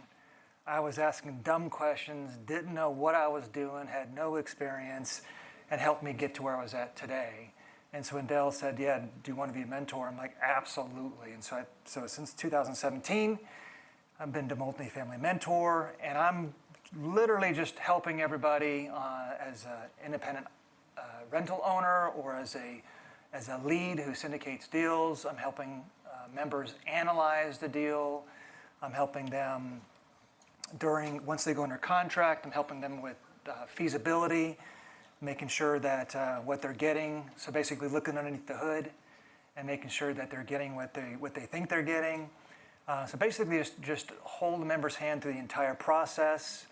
On the multifamily side, it's a little bit more complicated in terms of the nuances when you're dealing with commercial contracts, when you're dealing with these lengthy feasibility and the financing. And so I can't imagine doing this multifamily side alone. I think that you clearly see the benefit of having the mentors helping on the single family. I would say it's as good, if not better, in terms of the multiple on having some help in navigating through the process of multifamily. So that's what we do. The multifamily mentors, the single family mentors, we also have passive mentors, we have consultants that help once you own the property, that help you with the day-to-day stuff. My skill set is more transaction-based on the front end. The operations consultants have 30 plus years of actual running apartment complexes, so I always lean on them for any questions I have about day-to-day operations. I know enough to be dangerous. Like, I could sit on, in the stadium and kind of call plays, but I can't keep up with fair housing. I can't keep up with the nitty-gritty kind of day-to-day or year-to-year changes that happen with the different types of legalese within apartments. So I rely on the experts, and I still rely on the multifamily mentors when I'm looking at stuff too. So we lean on each other, we learn from each other, and that's what we do. It's like giving back. And so today, I have a very, very exciting story to share. And that's part of the giving back, is the folks that have stepped up within Lifestyles and done something. And in this case here, they've done a full exit. So these are not projections. These are not estimates. Those are okay. There's nothing wrong with that. When we come up and present projections and estimates, what I really love is when someone has done full circle. They bought it and they sold it. So that's what you get to hear today, is someone who bought it and sold it, right? And the other thing I like about today's story, not to give away too much before I introduce him, is it's not like he bought it in 2010. You're like, oh man, if I had joined in 2010, of course I would have these double-digit returns, right? No, this guy bought it less than 2 years ago. And if you think back what was going on less than 2 years ago, he bought it in the middle or in the deep part, right, of COVID, of lockdown, right? So it's like here we have a good story, bought it less than 2 years ago, and he's going to share with you from beginning to end what happened. So without further ado, let me introduce you to Scott Mackey. Big hand. All right. Thanks, Curtis. All right. How y'all doing tonight? Oh, You doing sorry. good? I didn't realize we had presentations on the Yeah, team. you're supposed to say you work with other people too. I did. I did. You did your speech. And I did the operations consultants, but I didn't realize we had photos, so. Yeah. I came for the Scott.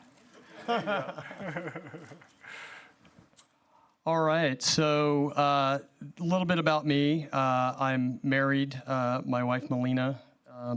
In the picture on the left, that's us and our 3 kids at Stingery and Boulevard. Many of you probably know that. We've got 3 crazy boys that keep us busy a lot. So it takes up a lot of our time. So we love them to death. So why did you join Lifestyles? Well, so my story starts many years ago when I was working at a bank. I worked for several banks over the last 20 years, and I went through a layoff in late 2016, and there was a period of about 9 months when when I first got laid off, I was just I felt lost. I didn't know what I was going to do. Like, all I'd ever known was like W-2, corporate job, go work real hard, and just fully fund your IRA and your 401k, and wake up 30 years later and everything's going to be fine. You can retire great. Well, I got laid off. Didn't have an income, and my wife also worked in corporate America. And in 2016, we were both in oil and gas finance. It was kind of a precarious time. So I was out of a job. Her job, it wasn't 100%. So we were thinking, okay, we got to figure out some plan B, some better plan B, because this could happen again. So what I did for the next 9 months, I looked for another bank job, but my longer term plan was I've got to figure out some other business that will allow me to retire faster, because if I just stay on the corporate track, it's going to happen again. Layoffs are going to happen again. It's kind of a fact of life in the oil and gas space. So the day I got into my next bank job was October of 17. I was already planning for the day that I was going to exit, and that day was February of 2020. So I knew real estate was the way to go. I just didn't know how to get there. So what I did was I bought a little fourplex as an IRO in March of 18, and then just worked my bank job for another 2 years, and then just pulled the ripcord in February of 2020 and joined Lifestyles just thereafter. Okay, so you joined February 2020. How'd you hear about Lifestyles? Through friends. Through friends, okay. Yep. A buddy of mine, Gabe from church, I was telling him what I had planned to do. And he said, oh, I know a guy who's doing that. And why don't you talk to him? So that's when I made a phone call to John Whitaker. I think he's here in the crowd tonight. John, raise your hand. Yeah. So I talked to John for about an hour and a half on the phone, and he suggested I come to the weekend seminar, and I did. And then I called him back and I said, is this a scam? and he said, no, it's not a scam. It's going to sound like that. You might sound like that, but it's not. And remember, at this point, I had already quit my job, so I didn't have a plan B. I kind of made the jump. But I knew I was going to do this, so I thought, okay, you know what? You got to take the risk. You got to lean in. Yeah, so first it started with a conversation with John, came to the Weekender, called John back, and then wrote the check. I mean, it's a lot easier when you have someone that you know that's already done it, right? And that was the same kind of situation with me. I got into Lifestyles because a really good friend of mine joined 2 years prior. So that coming here for the first time, even after talking to a good friend, he was like still questioning, is this real, right? He was already a believer of real estate. He kind of had an idea what he wanted to do. He jumped into the fourplex, which are not an IRO, it's single family, sorry. Sorry. I learned a lot of hard lessons trying to do it myself. But the cool thing with the fourplex is, I would say a good number of very successful multifamily are folks that jumped into single family first. Yeah. So, I mean, that seems a very consistent story. Okay, so, all right, so you joined in February of 2020. Perfect time, right? It's a great year. Best year ever. I was in the last weekend seminar in person, in this room, and then everything went virtual. Oh, that was when I taught, right? Wow. That was when David Fisher taught. You remember, I was sitting way in the back. Yeah, you're a skeptic. Yeah, you're full of crap, I think. I didn't say that. I might have been thinking it. Okay, so February of 2020, and then how long did it take you to find and buy this one? When was the first time you actually, like... Step foot on the property? Or yeah, like property tour from the time you joined, February 2020? Yeah, so I think it was late February 2020 I joined. I got a call from a broker in mid-August, so, you know, probably about 5 months. But I was underwriting a lot of deals. I was looking at a lot of things, and then I got a call for this one in Huntsville. I was looking much closer to Houston, but I just wasn't finding any value because prices were still a little bit elevated at the time. So as Dave teaches, you know, to find value, just go out to secondary and tertiary markets. So Huntsville, for those of you who don't know, it's about an hour, a little more than an hour drive north of Houston. Yeah, we're speaking to a national audience. We have Houston, greater Houston area, then we have the Woodlands, we have Conroe, we have Willis, and we have Huntsville. So basically that's where we're talking about is north of the Woodlands, very far north of Houston. I wanted to bring up the time that he joined and talk about when he first entered this possible acquisition, because within the multifamily side of things, the closing process is several months. Like from the time that you analyze a deal and you submit an offer and you go under contract and then you go in feasibility and then you go to close, we're talking, it could be 3 or 4 months.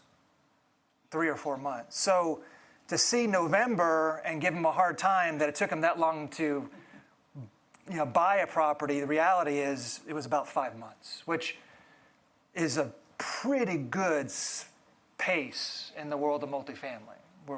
Especially for never doing it before. And doing it in the middle of COVID, for crying out loud, right? I mean, when you think about fear. We all have the fear of taking that first step into doing something new, this world of real estate. That fear part, he's also now facing this fear of unknown, uncertainty in this world that's gone crazy with COVID and lockdowns. So talk about that a little bit. I mean, was there any doubt? There was a lot of doubt. Right?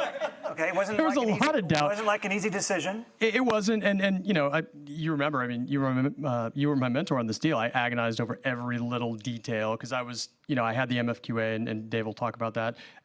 That's our spreadsheet on how to analyze these deals. And being a former, you know, bank underwriter, I drilled down on every number, and I just got lost in the weeds. But once we went out and walked the property and looked at the surrounding area, you know, that's when the kind of the real estate part of you kicks in, and you realize, like, this, if the numbers pencil, everything else, like, that you can see and touch, it feels right. And then you're in diligence period in your contract, and then you get to inspect everything.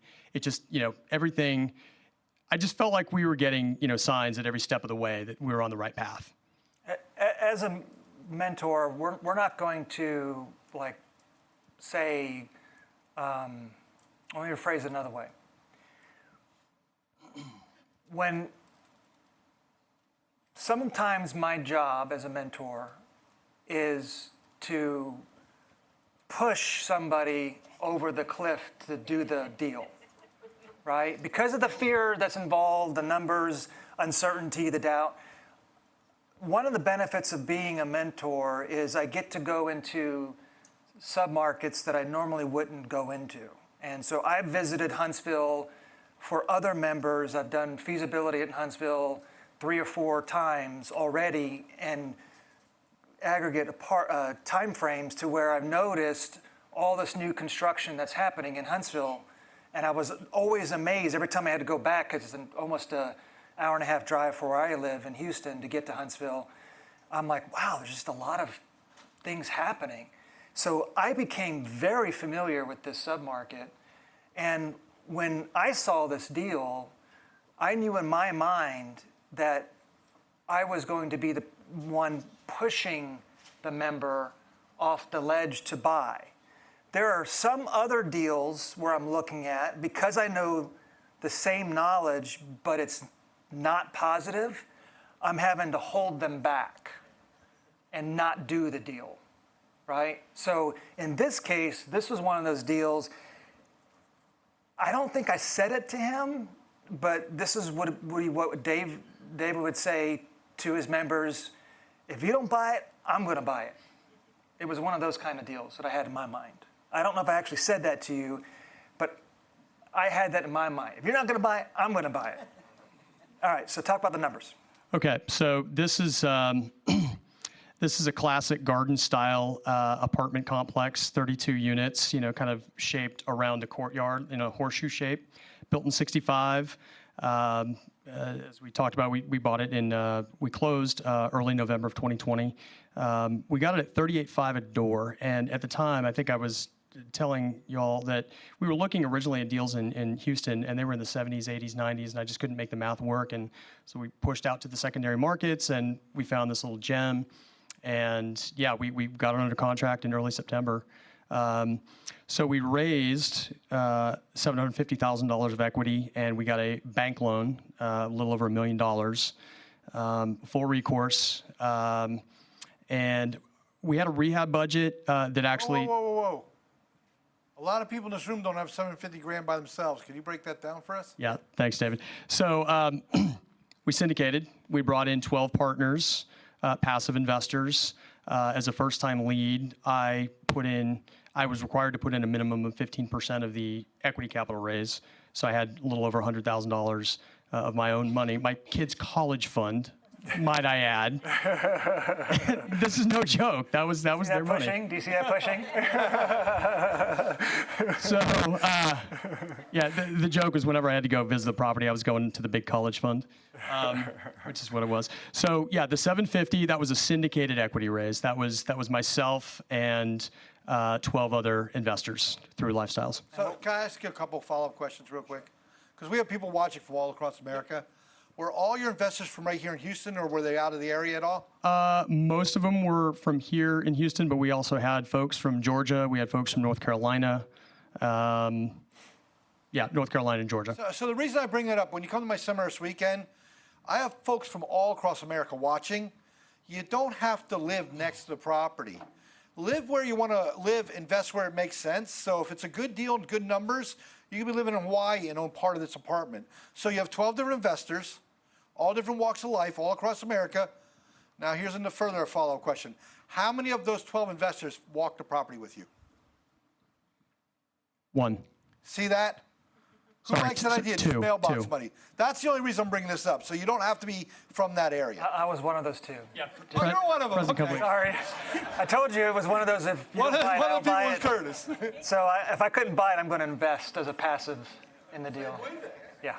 So, David, further to your point, of the people that invested, 2 were from out of state, but on my passive distribution list, I probably had dozens of folks from out of state: California, Oregon, Colorado, all over. What was your lowest investor in this deal? 25,000. So folks, people always ask me, in a smaller deal like this, we always tell guys, save some slots for new people, 25K. So you don't have to be a multimillionaire to do this. You understand? It takes money to make money, but people invest as low as 25K in a deal. Okay. Yeah, we had a couple of the investors that this was their very first deal. Oh, and really quick, everybody give him a hand for helping out the little guy. Yep. Okay, let's go into numbers. Okay, these were the numbers we went into contract with. So on a trailing 12, March 22, we had 254 of income, 113 of expenses. We were cash flowing about 7,400 a month, and our T12 NOI was 141. When we took over the property in November of 2020, it was just over 100,000. So there were a lot of pockets of value increase that we were able to tap in. This deal just had a lot of classic, kind of value add opportunities to boost the revenue, cut the expenses, and boost the NOI. Yeah, David's going to teach you 32. Is there 32 or 34 ways to improve on? It's like 28. No, I thought it was in the 30s now. There are more, but we didn't update the list, so I'm still saying so 28. There's 28 ways to improve on the income line, and there's ways that we can improve on the expense line. As a result, he was able to increase the NOI from 100,000 to 140,000. David will also teach you in the 2-day the impact of what that increase in NOI does to the value. And that goes directly to the bottom line on the value. Do you know how I could tell he was a banker? He doesn't round numbers and $4. But you know what? I could tell he's not an engineer. Where's an engineer in the room? You wanted to say 0.65, don't you? That's funny. So just rounding out the slide a little bit. So our last month that we recorded figures for, we were doing almost 12% cash on cash return annualized for the equity amount that we raised. So 74 a month. That 12%, not bad, right? And then we did one distribution in February of 2022, about almost $69,000, and that equated to about a 9% return of capital. And then the sale valuation, that's actually, we went into contract at 2.46. And remember, we bought the property for 1.2, and we put a little over 600 into it, so it's pretty good. And we're going to cover more of the actual gains in a second. So let's go ahead and jump into some before and afters, so you can kind of see what he did. Oh yeah, this was fun. What you're looking at on the left, that was my first skip rent. We went in to this unit. That was unit 106. The people that were living there weren't even on the lease. And they promised to pay me 3 times every. Purple Martian. So This is normal. You, as part of the acquisition and multifamily, we plan ahead in terms of cash flow. We're going to have a transition. It's going to go from 90% occupied to down to a certain 70% occupied. We're not going to panic, and we have to go through and weed out what David's going to kind of clarify as purple Martians. Or we call them financially disenfranchised individuals that don't pay rent. Okay. That's probably better. I want to be politically correct. Okay. I wouldn't be so diplomatic. Anyway, yeah, we got these folks out, and then we started renovating, and what you're seeing on the right is kind of the after show. You know, in the kitchen, we went in and refaced the cabinets, new appliances, resurfaced countertops, new dishwasher. We did, vinyl plank flooring throughout the entire unit. The same formula as far as paint colors go. We had a silver point gray and with white trim, and new light fixtures. I think we put a new fan in the living room too. This had a pool view, so I think we bumped rent on this one about probably, I want to say 150 or 175. It looks really nice, doesn't it? This is a pretty standard, give me a hand. This is a pretty standard make-ready. He did not put granite countertops, right? He did not put granite countertops. He did not put real hardwood flooring, but it looks gorgeous, and it's going to have it to be able to handle the wear and tear that you typically get in apartments. Okay. All right, this is when the fun really begins. So this complex was owned by the previous owner for a little over 8 years, and it suffered from lots and lots and lots of neglect, a lot of deferred maintenance, which, again, I think that's one of the driving reasons why we got it at the price we did. If you look at the top left corner of this slide, you see the retaining wall and that old elm tree butting up against it. The retaining wall was 6 feet from the grass, and it was basically crumbling. It was failing because the elm tree was just crushing it. So first thing we did was we blasted out that corner of retaining wall and put a bend in it around the elm tree. And then this is the real good one. The top center, you see that support post that's it looks like it's touching that concrete footer. It's not. There's an inch gap between that concrete footer. So basically you've got these balconies that are not supported. There's about, I want to say 26 or 28 support posts, and many of them were not even touching the concrete footers. So we bought a complex that had an open permit with the city to fix the balconies, and I believe, I'm speculating here, the previous owner, when he got the estimates to do that work, he just thought, I don't want too much of a headache, too much money, time to sell. So that's part of the reason this deal came to us. So we had a permit we had to extend and get rebid to fix all of those concrete footers. There was tons of wood rot in the soffits and the fascia, as you see in that top right picture.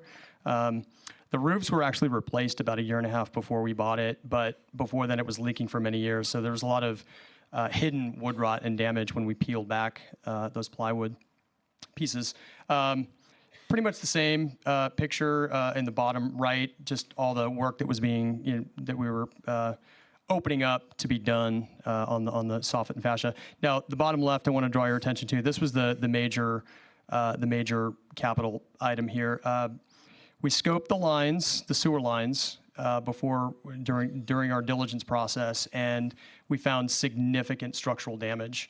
There was bellies, there was holes, some size of a coffee cup. So sewer lines are, they're nasty things, and they're underground, so you often don't see, how bad this is. So we were able to negotiate a pretty substantial discount from the seller because of the conditions of the sewer lines, and we raised a little bit more capital, and we upped our CapEx budget for full replacement.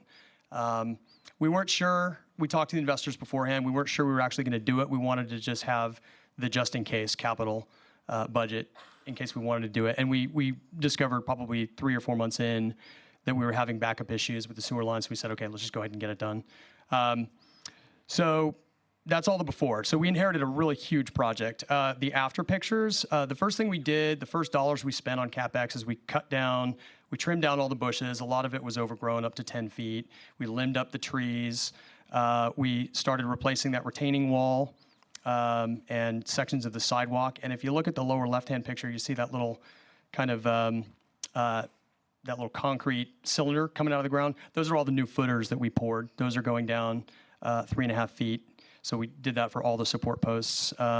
We also imagine that support posts. Yeah, that's kind of a life safety issue. And the thing with all this stuff was uncovered starting with the property tour.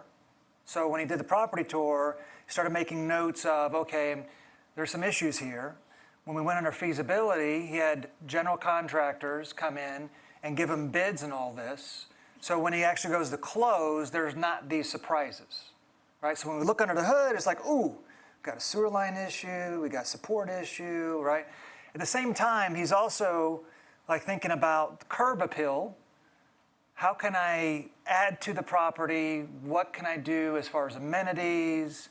And he's taking in all this information, talking to other members, talking to mentors, talking to the consultants and operation consultants, and really coming up with his game plan so that he has enough rehab budget to address all these issues. So a lot of this may seem like overwhelming in terms of the type of work that he's doing, and the next one's pretty cool too in terms of what he's done with the property, in terms of adding an extra amenity for the residents. But I want to just emphasize that all that work was done prior to closing, and none of this was a surprise, right? So, okay, well, I'll stop. Yeah, no, that's good. I mean, we saw we knew what we were getting into, and we had a 3-week feasibility period, so we were able to de-risk it, really plan and budget for all the work, the scope of work that needed to be done, with some additional funds in contingency as well, because you always run into some surprises in older properties. Under the wait, there's more category. There's an kind of an old abandoned storage room you see here in the lower left.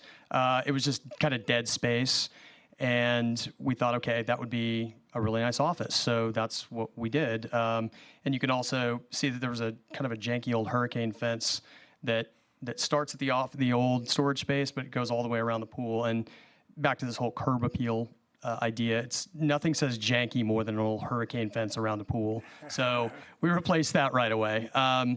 And then we redid the facade of the laundry room and the office. And then the pictures on the right, you can see actually that's the new office where the old storage room used to be. I can't remember. So this property did not have a leasing office? Did not have a leasing office. A lot of times when we're looking at properties that are like 50 units or less, what they'll do is they'll take a unit and make that an office, leasing office. So you're basically having a down unit.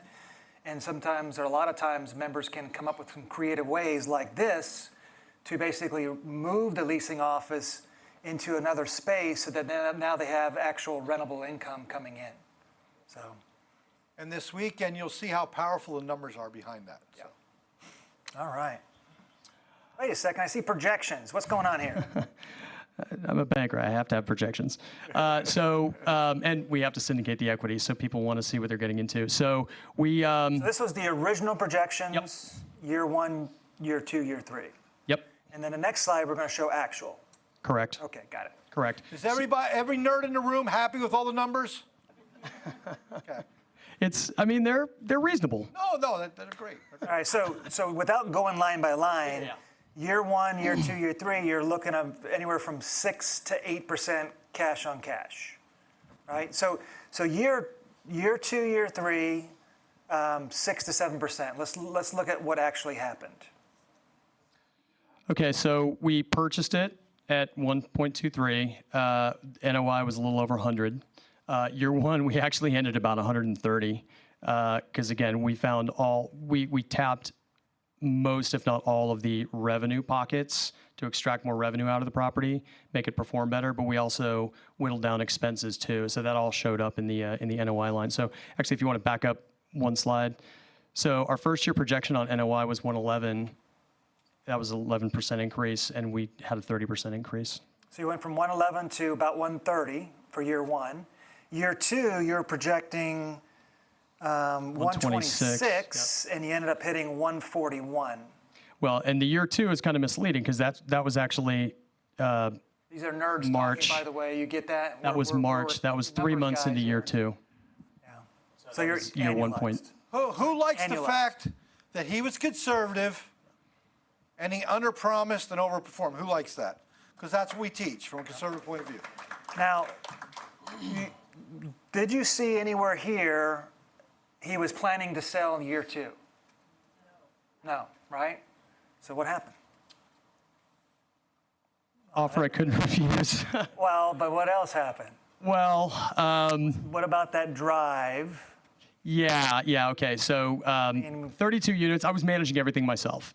Small property. Small properties don't have the budget really for a full-time leasing consultant, property manager, asset manager, full-time handyman. I was wearing a lot of hats and I was putting a lot of mileage on my car. And I want to emphasize this because this is a very different distinction than you hear on the single-family side, where it's like, how much time do you spend? And you hear on the IRO side, when I say independent rental owner, how much time do you spend on the property, right? It's like, David makes fun of it because you're really not spending much time on the property. As a lead who has a fiduciary responsibility for other people's money, this is a full-time gig. This is not living the lifestyle. This is hard work because he wants to take care of other people's money. I just want to really emphasize that because this is not for everybody to step into a lead role because you can't take it, as something that's like simple and easy and I'm going to be able to live the lifestyle being a lead. No, when you step into a lead role, it's a lot of hard work, it's a lot of pressure, it's a lot of stress, right? But you're well rewarded for it. And I just want to emphasize that, yes, he got a fantastic offer. That was really the main reason why he hit his year 4, probably projections. What was the... I think it was in excess. 5? Actually, let's back up one slide. I was in excess of my year 3 projections within 18 months. Yeah, so it was like, okay, I hit my number. I hate the drive. And so he went to his investors and said, hey, here's an unsolicited offer. Here's the estimates of the returns that we're going to get. What's your vote? And obviously, we all voted yes. It was unanimous. It was unanimous. All right, so, did I miss it? So what was the return? Yeah, okay. So the returns. So 574, that includes the 68 that we already paid out. So on top of the 750 that we gave back, it was a little over it was about $505,000 of profit that was distributed to the members. 77% return. A little over a year and a half. Yeah, a little over a year and a half. Who would like that? Who'd be okay with that? Now, yeah, one thing Use really more quick. hands. I love what he said. This is a full-time job for the lead. He did all this work. Now, there were some lazy passives in the deal that did nothing. All they did was get a check. Are any of your investors in the room really quick? Yes. I'm in here. I see. Anybody else in this deal? Sorry. We got 4 in here. Okay, so you got 4 people. They all raised their hand. How much work did you all do on the property? Zero. There you go. I just want to make sure the people watching know, as a passive, you do nothing. He's doing all the work. Okay? And you got the same return. So. They cashed checks and maybe read reports. Yeah, that's a good way to put it. Maybe. All right. So what else on this? Anything else, David? Did we miss on this? I just want to make sure people know they got all their money back plus an additional. Yes, this was the $750,000. That was the original investment returned. On top of that, we got $574,000. So that's the 77% profit or 177% return of investment. So I'll explain in round numbers. Everybody understands. Let's say you put 10 grand in the deal. You got your 10 grand back, and then another 7,700 on top of that. Everybody follow me? Simple math. Yep, like that. All right. How did you increase NOI? Follow the roadmap, and this is what we learned in leads training. Just hit all the buckets you can. When we took over, we talked to all the residents. We said, look, we're gonna be doing a major renovation here. Rents are going up. So on the renewals for classic units, the people that wanted to stay but without renovations, they went up 5 to 8%. The newly renovated units, they went up anywhere from 12 to 20%. the previous owner did not have a RUBS. I don't know if you guys have talked about RUBS yet, but basically you're billing back water, electricity that's common to the property, natural gas for the boiler. We started charging the one bedrooms 15, and we started at 10 for the one bedrooms and 15 for the twos, and in the second season we went to 15 and 20. So that was about $480 a month that was, recaptured. So, that's over $5,000 a year. Like, we added value just by implementing RUBS. And then we burned off the loss to lease because the rents on this property before we took over were about 15% below market. So it was underperforming because the previous ownership didn't really maintain it well. They kept rents low just to keep occupancy high. So as we started truing up those rents to market, the loss to lease line item shrank. We also enforced late fees, right? I mean, there were a lot of late payers, and I don't think the previous owners were, they weren't following up enough. So we started enforcing late fees and lease termination fees for people that wanted out of their leases. Well, you got to pay for that. We're going to incur turnover costs when they leave prematurely. So we started charging 2.5 months, which is industry standard. Non-refundable pet fees. Pets are precious. Residents want to keep their pets. Well, previous owners were charging, I want to say 100 to 150. We charged 2 to 250, depending on the size of the pet. So we were able to capture more revenue there. Risk fees. We examined every application to lease with us, and we understand sometimes there's, a hiccup in credit. People need second chances. Well, you got to pay for that. That's a risk fee. That's $250, non-refundable. We also put, now on the expense side, what we did every time we turned a unit, we'd put in low flow shower heads, low flow flush toilets, aerators on the faucets to save more on our water expenses. We called the city of Huntsville and told them to reduce our trash pickup time from 3 times a week to 2 times a week, save us $150 a month. That drops to the bottom line. We outsourced the contract, the maintenance and repairs. Previously, there was a full-time handyman on this property. There was, I want to say, 25 to 30 hours of maintenance being billed to this property, but he was working on other properties in town. So we just outsourced everything. And I think we were spending about somewhere between $10,000 and $12,000 on a kind of a trailing 12 basis, where previously it was like, 30. And then last but not least, and this I think this is important because a lot of times these older properties come with contracts in the in the laundry room. So there's companies out there that, have 10-year contracts that renew in the last year. And this contract that we inherited renewed in 2018. So in theory, we couldn't get out until 2028. Well, I just called up the company and said, hey, our machines are breaking down every week.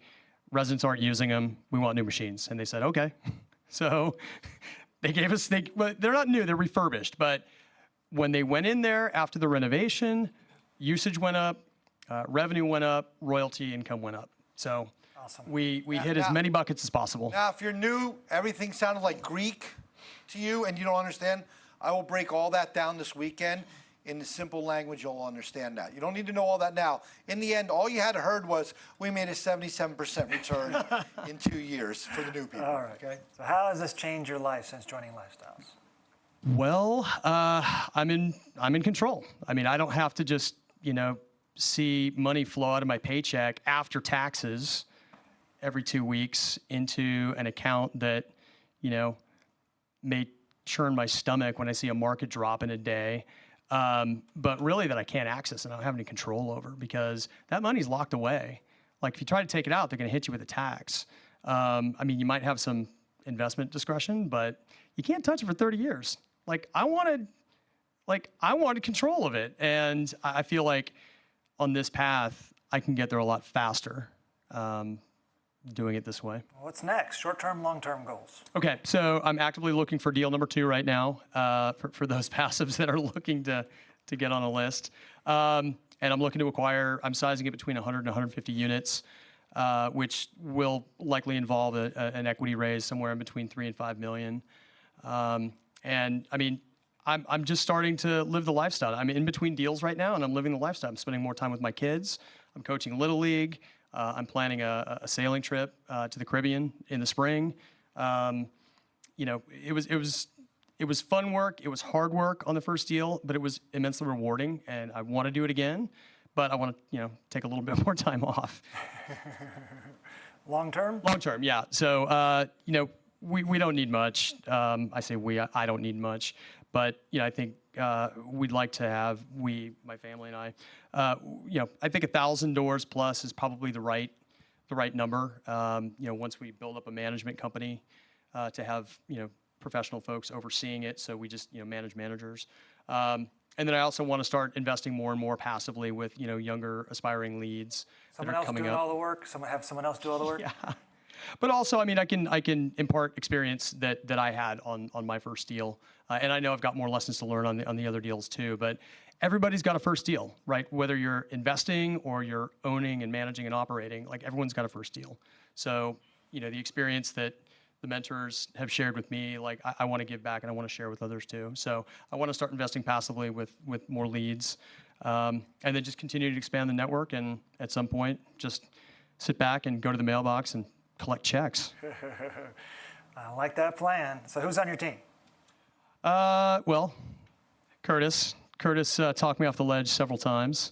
I pushed you off the ledge. Yeah, pushed me off the ledge. Yeah, Curtis. Official mentors, Curtis, of course. I do need to give a shout out to, unofficial mentors. I do want to mention John Whitaker again, a lead, currently out of Texas City, acquiring more properties. I talked to John, many times over the ownership period of this asset, just asking for operational advice and just very, very helpful. And then I also want to mention Manoj Krishan. He was one of my passive investors. Again, spent many hours on the phone with him, talking through debt financing, market structuring, and also, what do you look for in terms of as a passive? How am I communicating effectively with my passives?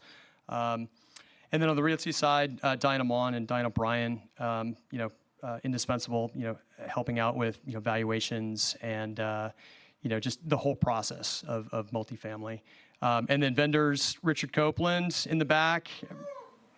Richard brought me, I want to say it was 3 or 4 finance options on the front end, and eventually connected me with Citibank, who gave me that recourse loan, which, they were happy to have paid off, but they were, sorry to lose a client. And then Benchmark Insurance, Javar and Haytham Fadi, they underwrote the GL and the property policies for me. And there was one other shout out. Just there was a lot of folks who helped along the way. In secondary and tertiary markets, you've got a lot of smaller trades and contractors who I just couldn't have survived without. I mean, on older assets, there's plumbing issues, there's HVAC issues. So, huge shout out to Drainco in Huntsville, EC Heating, Delene Zender of Zen Real Estate, Jack Wagman, also of Zen Real Estate, other property owners around there. I also want to give a shout out to the other Lifestyles owners in Huntsville. Huntsville's, a small but growing market, and there were a handful of people that I reached out to, on a regular basis to just, swap experience and stories with, and also lean on for help too, because, in smaller markets, your network is what is going to, get you through it. And it's good that Lifestyles has a good presence up there to get through. So, yeah. All right. It's a team sport. Real estate investing is a team sport for sure. Do you get that idea now in terms of how we interact with each other and how we're helping each other? So let's give Scott a big hand. Open up for some questions. Questions for Scott? It's a lot of information, I know. Sorry to get too detailed on the numbers. Passive investor wants to get out before you sell. What happens? So the question was, what if a passive investor wants to get out of the deal mid-deal? Yeah, so in general, as these syndications are not publicly traded stock or highly liquid, so it's when you're going to make an investment as a passive, you want to think of it as seeing it through the end. But we all have life events that happen. Sometimes they're bad life events to where you actually need the cash sooner than you expect. And so on occasion, what happens when that situation occurs, you just go to the lead and say, hey, I need my money sooner than later. I would like to sell. The lead would send out an email to the current roster of investors and say, hey, we've got a member that needs to sell. Anybody interested? And we go from there.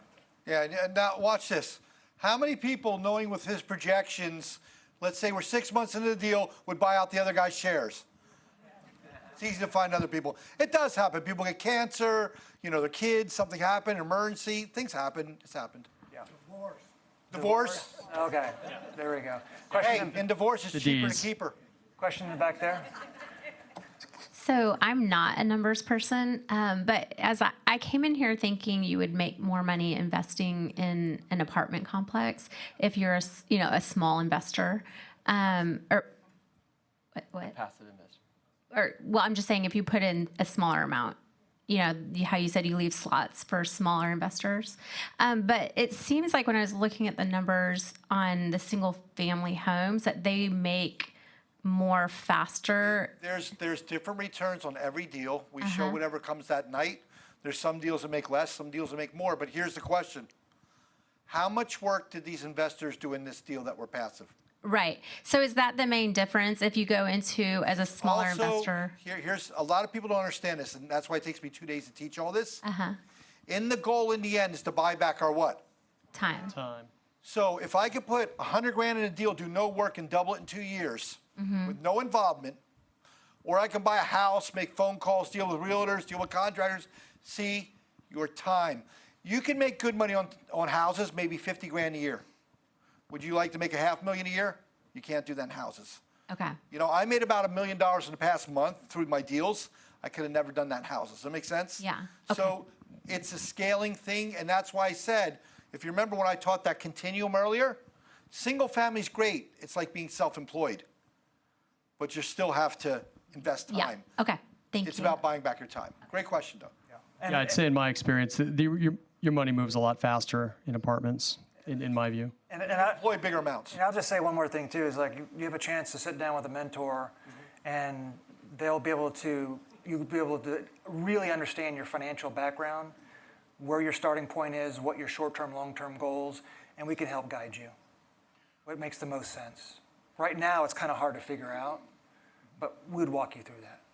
Yeah, when you go through the seminar, I break it down. Where should you start based on your financial position? If you have this amount, you do this. You have this amount to do that. So we guide you through that process. It's a great question. So you said earlier that when he was offered the deal to sell early, that he would go to the investors and say, I received an unsolicited offer to sell. Is that an important distinction as a lead? So the question, so you heard the question. It's only important in the sense of if he was going to officially put it on the market, he would have asked the passive investors for permission first. So if he's going to actually officially sell it, he needs to get the passives to say, yeah, we want to sell it. So when I said unsolicited offer, it's basically saying he wasn't planning on selling it. He hasn't got the votes yet to officially sell it, and that's why he had to reach out at the time to get the votes. So the power of this is really, when you think about it, is go ahead. That's fine. If you're in a mutual fund, it is what it is. You have no voting. You have no choices. Here you have control of your money. It's about being in control. So relative to your investment. Right. Yeah. Relative to your investment. Investment ownership. Right. I have a question. I have two questions. One is about the unsolicited offer. Did you know that? How did that come to be? And how did you get the unsolicited offer? Yeah, so we it came in from another Lifestyles member, and they lived up in Montgomery County, which is just north of Houston, so they were familiar with that market, and they were aspiring leads at the time, and they reached out to me. I think they actually talked to Curtis first, and then reached out to me and just said, "Hey, would you ever consider selling?" And the answer is possibly, right? And then they said, "Well, we'd be interested in buying. So reached out to the brokers and said, okay, what do you think this is worth? And so what we got BOV, which is called a broker's opinion of value, which is, you know, what it would fetch on the market if it was sold today. And then we went back to these folks and said, okay, well, you know, we think it's worth this, and what are you prepared to offer? And, you know, it was a very informal discussion, and, you know, I think it took probably a month to kind of go from initial discussions to actually getting a contract. So we had another aspiring lead that was actively looking, and they, because of where they lived, was very focused on a very specific location. And so you mentioned there's other owner-operators that are in that area, so I'm sure they reached out to all the owner-operators in that area. This guy was traveling almost 2 hours or 3 hours round trip every other day, right? And so he caught him at a point in time, was like, oh, well, maybe I can sell early, but at what price? So he went and got a independent opinion from a broker, an outside broker. And did you get 1, 2, or 3 different opinions? Or Actually 4. 4. So he got 4 different brokers of opinion and value, came up with what the true value of the property was, and said, okay. And then they negotiated with the Lifestyles member on price. Now, here's something you probably want to follow up. Well, why would that person want to buy it? And I understand your logic, but there's something called the economies of scale. This was his training wheels. His first deal, it's only 30 units. He can't afford staff yet. He wants to go to 100 unit, but he had to learn. This new guy never did it before. Well, what better to buy an asset that's already stabilized, it's all running well, leave a little bit of meat on the bone for me and my investors, I'll learn on it. And guess what? That guy will sell it to the next guy. So sometimes you'll go up here and Curtis will go, this is a 4th generation Lifestyles member. In other words, this guy made 100%, this guy made 100%, this guy made 80%, this guy made 100%. And that's what happens here, Lifestyles, because the 30 unit guys going to 50 units, to 100 units, to 200 units plus. Does that make sense? So there's always meat on the bone for the next guy, and real estate makes money in up or down economy. If you can make a 6-8% return, that's great. And typically what happens too is when you reach out to brokers and say, hey, I want a BOV, they're also bringing in other potential buyers. And so a lot of times we'll now have 2 or 3 buyers for this property. And this happened on another deal where the Lifestyles owner picked a Lifestyles member during a very heated best and final process, because it, just like this property, was in an extremely solid location, middle school right across the street, new Class A built right next door in a fantastic submarket that's growing. So it was a very hot area with lots of offers. They chose the Lifestyles member because they wanted to give back and give that person an opportunity. I don't know if you had other buyers being drummed up at the time. Did you have any other Well, as part of the BOV process, you know, what the brokers are really doing is they're trying to get the listing, right? So they're telling you, oh yeah, you're going to sell this thing. It's going to be easy, slam dunk. Which, I mean, you know, we all know that if you get enough BOVs and you know your business well enough, you know what the value of it is. And if you've got and you're motivated to sell, and you get a good, solid, reasonable offer with a high percentage of closing, this is just my view. Life's too short. Just move on. You know, like, leave some meat on the bone. I renovated 2/3 of the units. There was 1/3 left for the next owner, and I'm a big believer in everybody's got to have a first deal, right? So I talked to the buyers, and we got to know one another, and I thought they're the ideal folks because they live close by. They're trying to get their first deal. I'm giving back. They still have plenty of upside left in that deal. So I think everybody won on that trade. My second question is more personal. Would you do you have to, from this deal to the next deal, still create active income for yourself? Or are you able to kind of live the lifestyle? Good question. So, who's on my team? God first. I want to make sure I mention that because people need to understand. Like I take my faith very seriously. I couldn't have done any of this without the Lord's help. Number two, my wife. I mean, so she's still working a corporate. She's still the sugar mama. She's still the sugar mama. Still working the W-2 job. And we talked about this for a long time. And back to the original part of my story, like we planned for 2.5 years for this project to happen. So we talked about it. I mean, the day the last paycheck hit my account, she called me at my desk and said, okay, it's in the account, you can leave now. So she was on board 100%. So please give a round of applause for my loving wife. And that's important. I mean, because until you get to a certain scale with multifamily, you do need an external source of income. So my wife is lovingly and graciously providing all that for us right now. Yeah, he is not getting rich off this first deal. This is proving himself, skin in the game, hard work. As he gets bigger, he'll make more money, but you have to prove yourself with these people. Wait a second, he got a 77%. Well, you know what I mean. Tough crowd. Tough crowd, right? 77%. The bar's pretty high now. So you're going to go to Stanford now instead of local school? Is that the college fund? Yeah, the college fund. Yeah, no, we're hoping for UT. Yeah. No, the lifestyle will come, and now we have proof of concept. You know, I cut my teeth on this first deal, and now we scale up. So it's the roadmap's there, and that's the thing. I mean, confidence, just everything's there. Listen to your mentors. Can I ask you a question? So there's some new folks here coming to the seminar for the first time. Remember back when you first came, you were skeptical. I remember that. You were like this in the back of the room.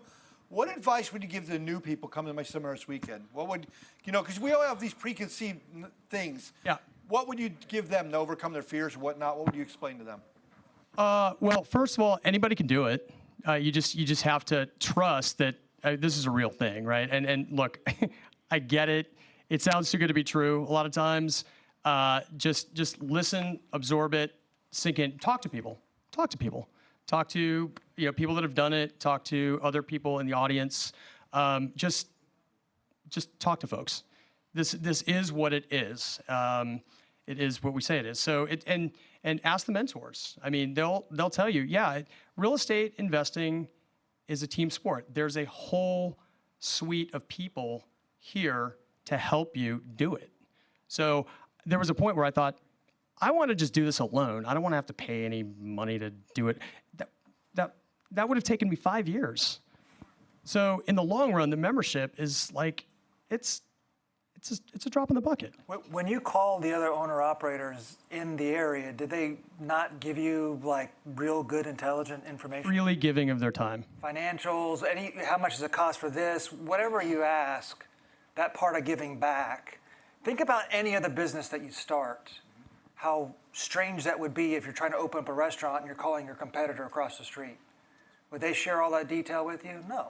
That's what makes Lifestyle so unique, is that giving back part. So no matter where you are looking to buy, you can always reach out to somebody who's nearby, even if they're right across the street, and they're willing to share everything and anything. And even staff, too. They'll even say, hey, I got a maintenance guy that I can spare 8 hours a week to come help you. So I guess just to finish up that point, just take the leap. Take the leap. I was in those chairs, 2.5 years ago, and if you've watched any other case studies, that's a common thread. I mean, we were all in those chairs at one point, and you've really just got to, there's always going to be a fear factor. Just take the leap. Leap of faith. There you go. All right. Awesome. Do Okay. we have time for another question, or we're good? Well, if we have any, make sure we Online? don't ignore the online. Joe not- Biden over there. He's not even paying attention. That's what he looks No, I don't have any questions over here. You take a lot of heat to hold that. Corn pop. We work together. I don't have all my answers ready for the Joe Biden thing. You kind of threw me on that. That's usually a Saturday morning thing. The passive investors, when they get the money, the first time money, not at the end of the deal, when they get that, they invest, let's say they invest the 25,000. When they get the check, does it involve tax or it is still not? That's a great question. So when real estate's done correctly, which I'll break down this weekend, all of this passive income is what's called deferred taxes. So we don't have to pay any taxes on it. Each year you're going to get a K-1, And the K1 is going to show something called a passive loss. So you might have brought in 10 grand, but your passive loss will show 20 grand, which means to the IRS it looks like you're losing $10,000. You pay no taxes. Do you want to pay taxes, sir? Okay, you're a great American. Depreciation on real assets is a real thing. It's a gift from God. Actually, the U.S. Congress. Yeah, God bless and America. I'll break down how this works throughout the seminar. But when it comes time to sell, there will be some taxes, but there are some strategies he'll go over how to defer that a little bit longer. Defer, and die is kind Exactly, yeah, defer. And remember, it's not earned income, it's passive income. Capital gains rate is much lower than your earned income rate. So no matter what, it's still a good deal. I do have a question over here now. Okay, go ahead. How would someone with a full-time job be able to be a lead for the first time? The question was, why am I repeating it? You want to answer that when you're a mentor? Yeah, so it is possible. I mentioned that this is a full-time gig, that they need your full-time effort. It is possible that someone's working, has a W-2 job, can also be an aspiring lead, but there's specific conditions that must be met. They have to have the flexibility to have a side gig. If you have a corporate job that requires your undivided attention from 9 to 5, you can't do it. Right. You can't do it. So if you have a flexible job, especially nowadays with work from home. Or consultants. Salespeople, instead of getting on the golf course, hang out in an apartment. Or if you're married and your wife's working full-time and sugar mama and you have the flexibility, there's got to be some give and take because you're a fiduciary for these people, so we want you to be dedicated to it. Yeah. As a passive, no restrictions, but as a lead, yes. Yeah. It's a good question. It is. Has it ever happened, or is it not unheard of for, say, a lead to put in $100,000 on something that's $1.5 million, and somebody else come in and put more than he does into the? So the question was, if the lead puts 100 grand, but somebody else puts $500,000 in a deal. Here's my rule that I recommend, and people get mad at me for this. I will never invest more money than the lead himself invests in his deal. That's my rule. I don't know how Curtis would address that. Probably doesn't agree with that, but that's how I do it. That's a really good general guideline, is don't invest more than the lead. Right. But if it's a smoking hot deal, then sometimes you have to. I don't know. Yeah. But For that's example, a good general rule. the other year I mentioned in my speech earlier, I put 400 grand as a passive. Now, normally I wouldn't recommend that. You have more money to work with, but the lead also put 400 grand in that deal, so I felt comfortable that way. So that's just, I will not put more than the lead themselves. But Yep. We want the lead to have skin in the game. They're required on their first 3 deals to have skin in the game. On the 4th deal, they have a little bit more flexibility in how much, but then they know, wow, if I'm only going to put X dollars, most of the passives who are educated through Lifestyles will not put any more than I put in. So I'm going to put in a bigger amount to make sure that that doesn't happen. And we have rules here called Suggested Practices, the white paper that explains all that, but I'll cover that in the seminar. Okay, cool. I had 140,000 reasons to get out of bed every day. There you go. Your child's college fund. College funds. You didn't want him going back to, the community college. Okay. So, cool. All right. Let's give him a hand. Thank you so much. Thanks, everybody. Thanks, Scott. All right, guys. Thank you so much. Appreciate it. Folks, if you want to take advantage of the discount tonight, Keith's in the back room there. He's waving. It's $297. You come to the seminar as many times as you want. Normally it's $740. We give you 1 year with it. We're actually giving you 2 years. You come to the seminar as many times as you want. You get access to our vendor program. There's classes online you can come to. You get access to our member services people. So if there's any questions I cover in the seminar and you get a little bit confused, call up through the week. They'll be able to answer questions on that. Also, we're teaching in person in California, Atlanta, and whatnot, Austin. But I'm going to be teaching here in this room this weekend, 8 to 5, Saturday and Sunday. If you're in the room, just go to the back of the room to sign up. Otherwise, online, guys, you got to put in a promo code, all caps, 2 years save. Thank you all for coming out. A bunch of these millionaires are going to hang out at Craft Republic afterwards if you want to. But if you have any questions on membership, go see Keith in the back of the room. How you doing, Truth? How are you doing? I haven't seen you in a while. I know. You're the one who got me started. Yeah, remember that. Yeah, you told me to go sell up this property I have. Did we do it? I did it. That's awesome. And that's what I invested in my apartment complex that I was the lead on. Yes. And, How'd it work out in the end?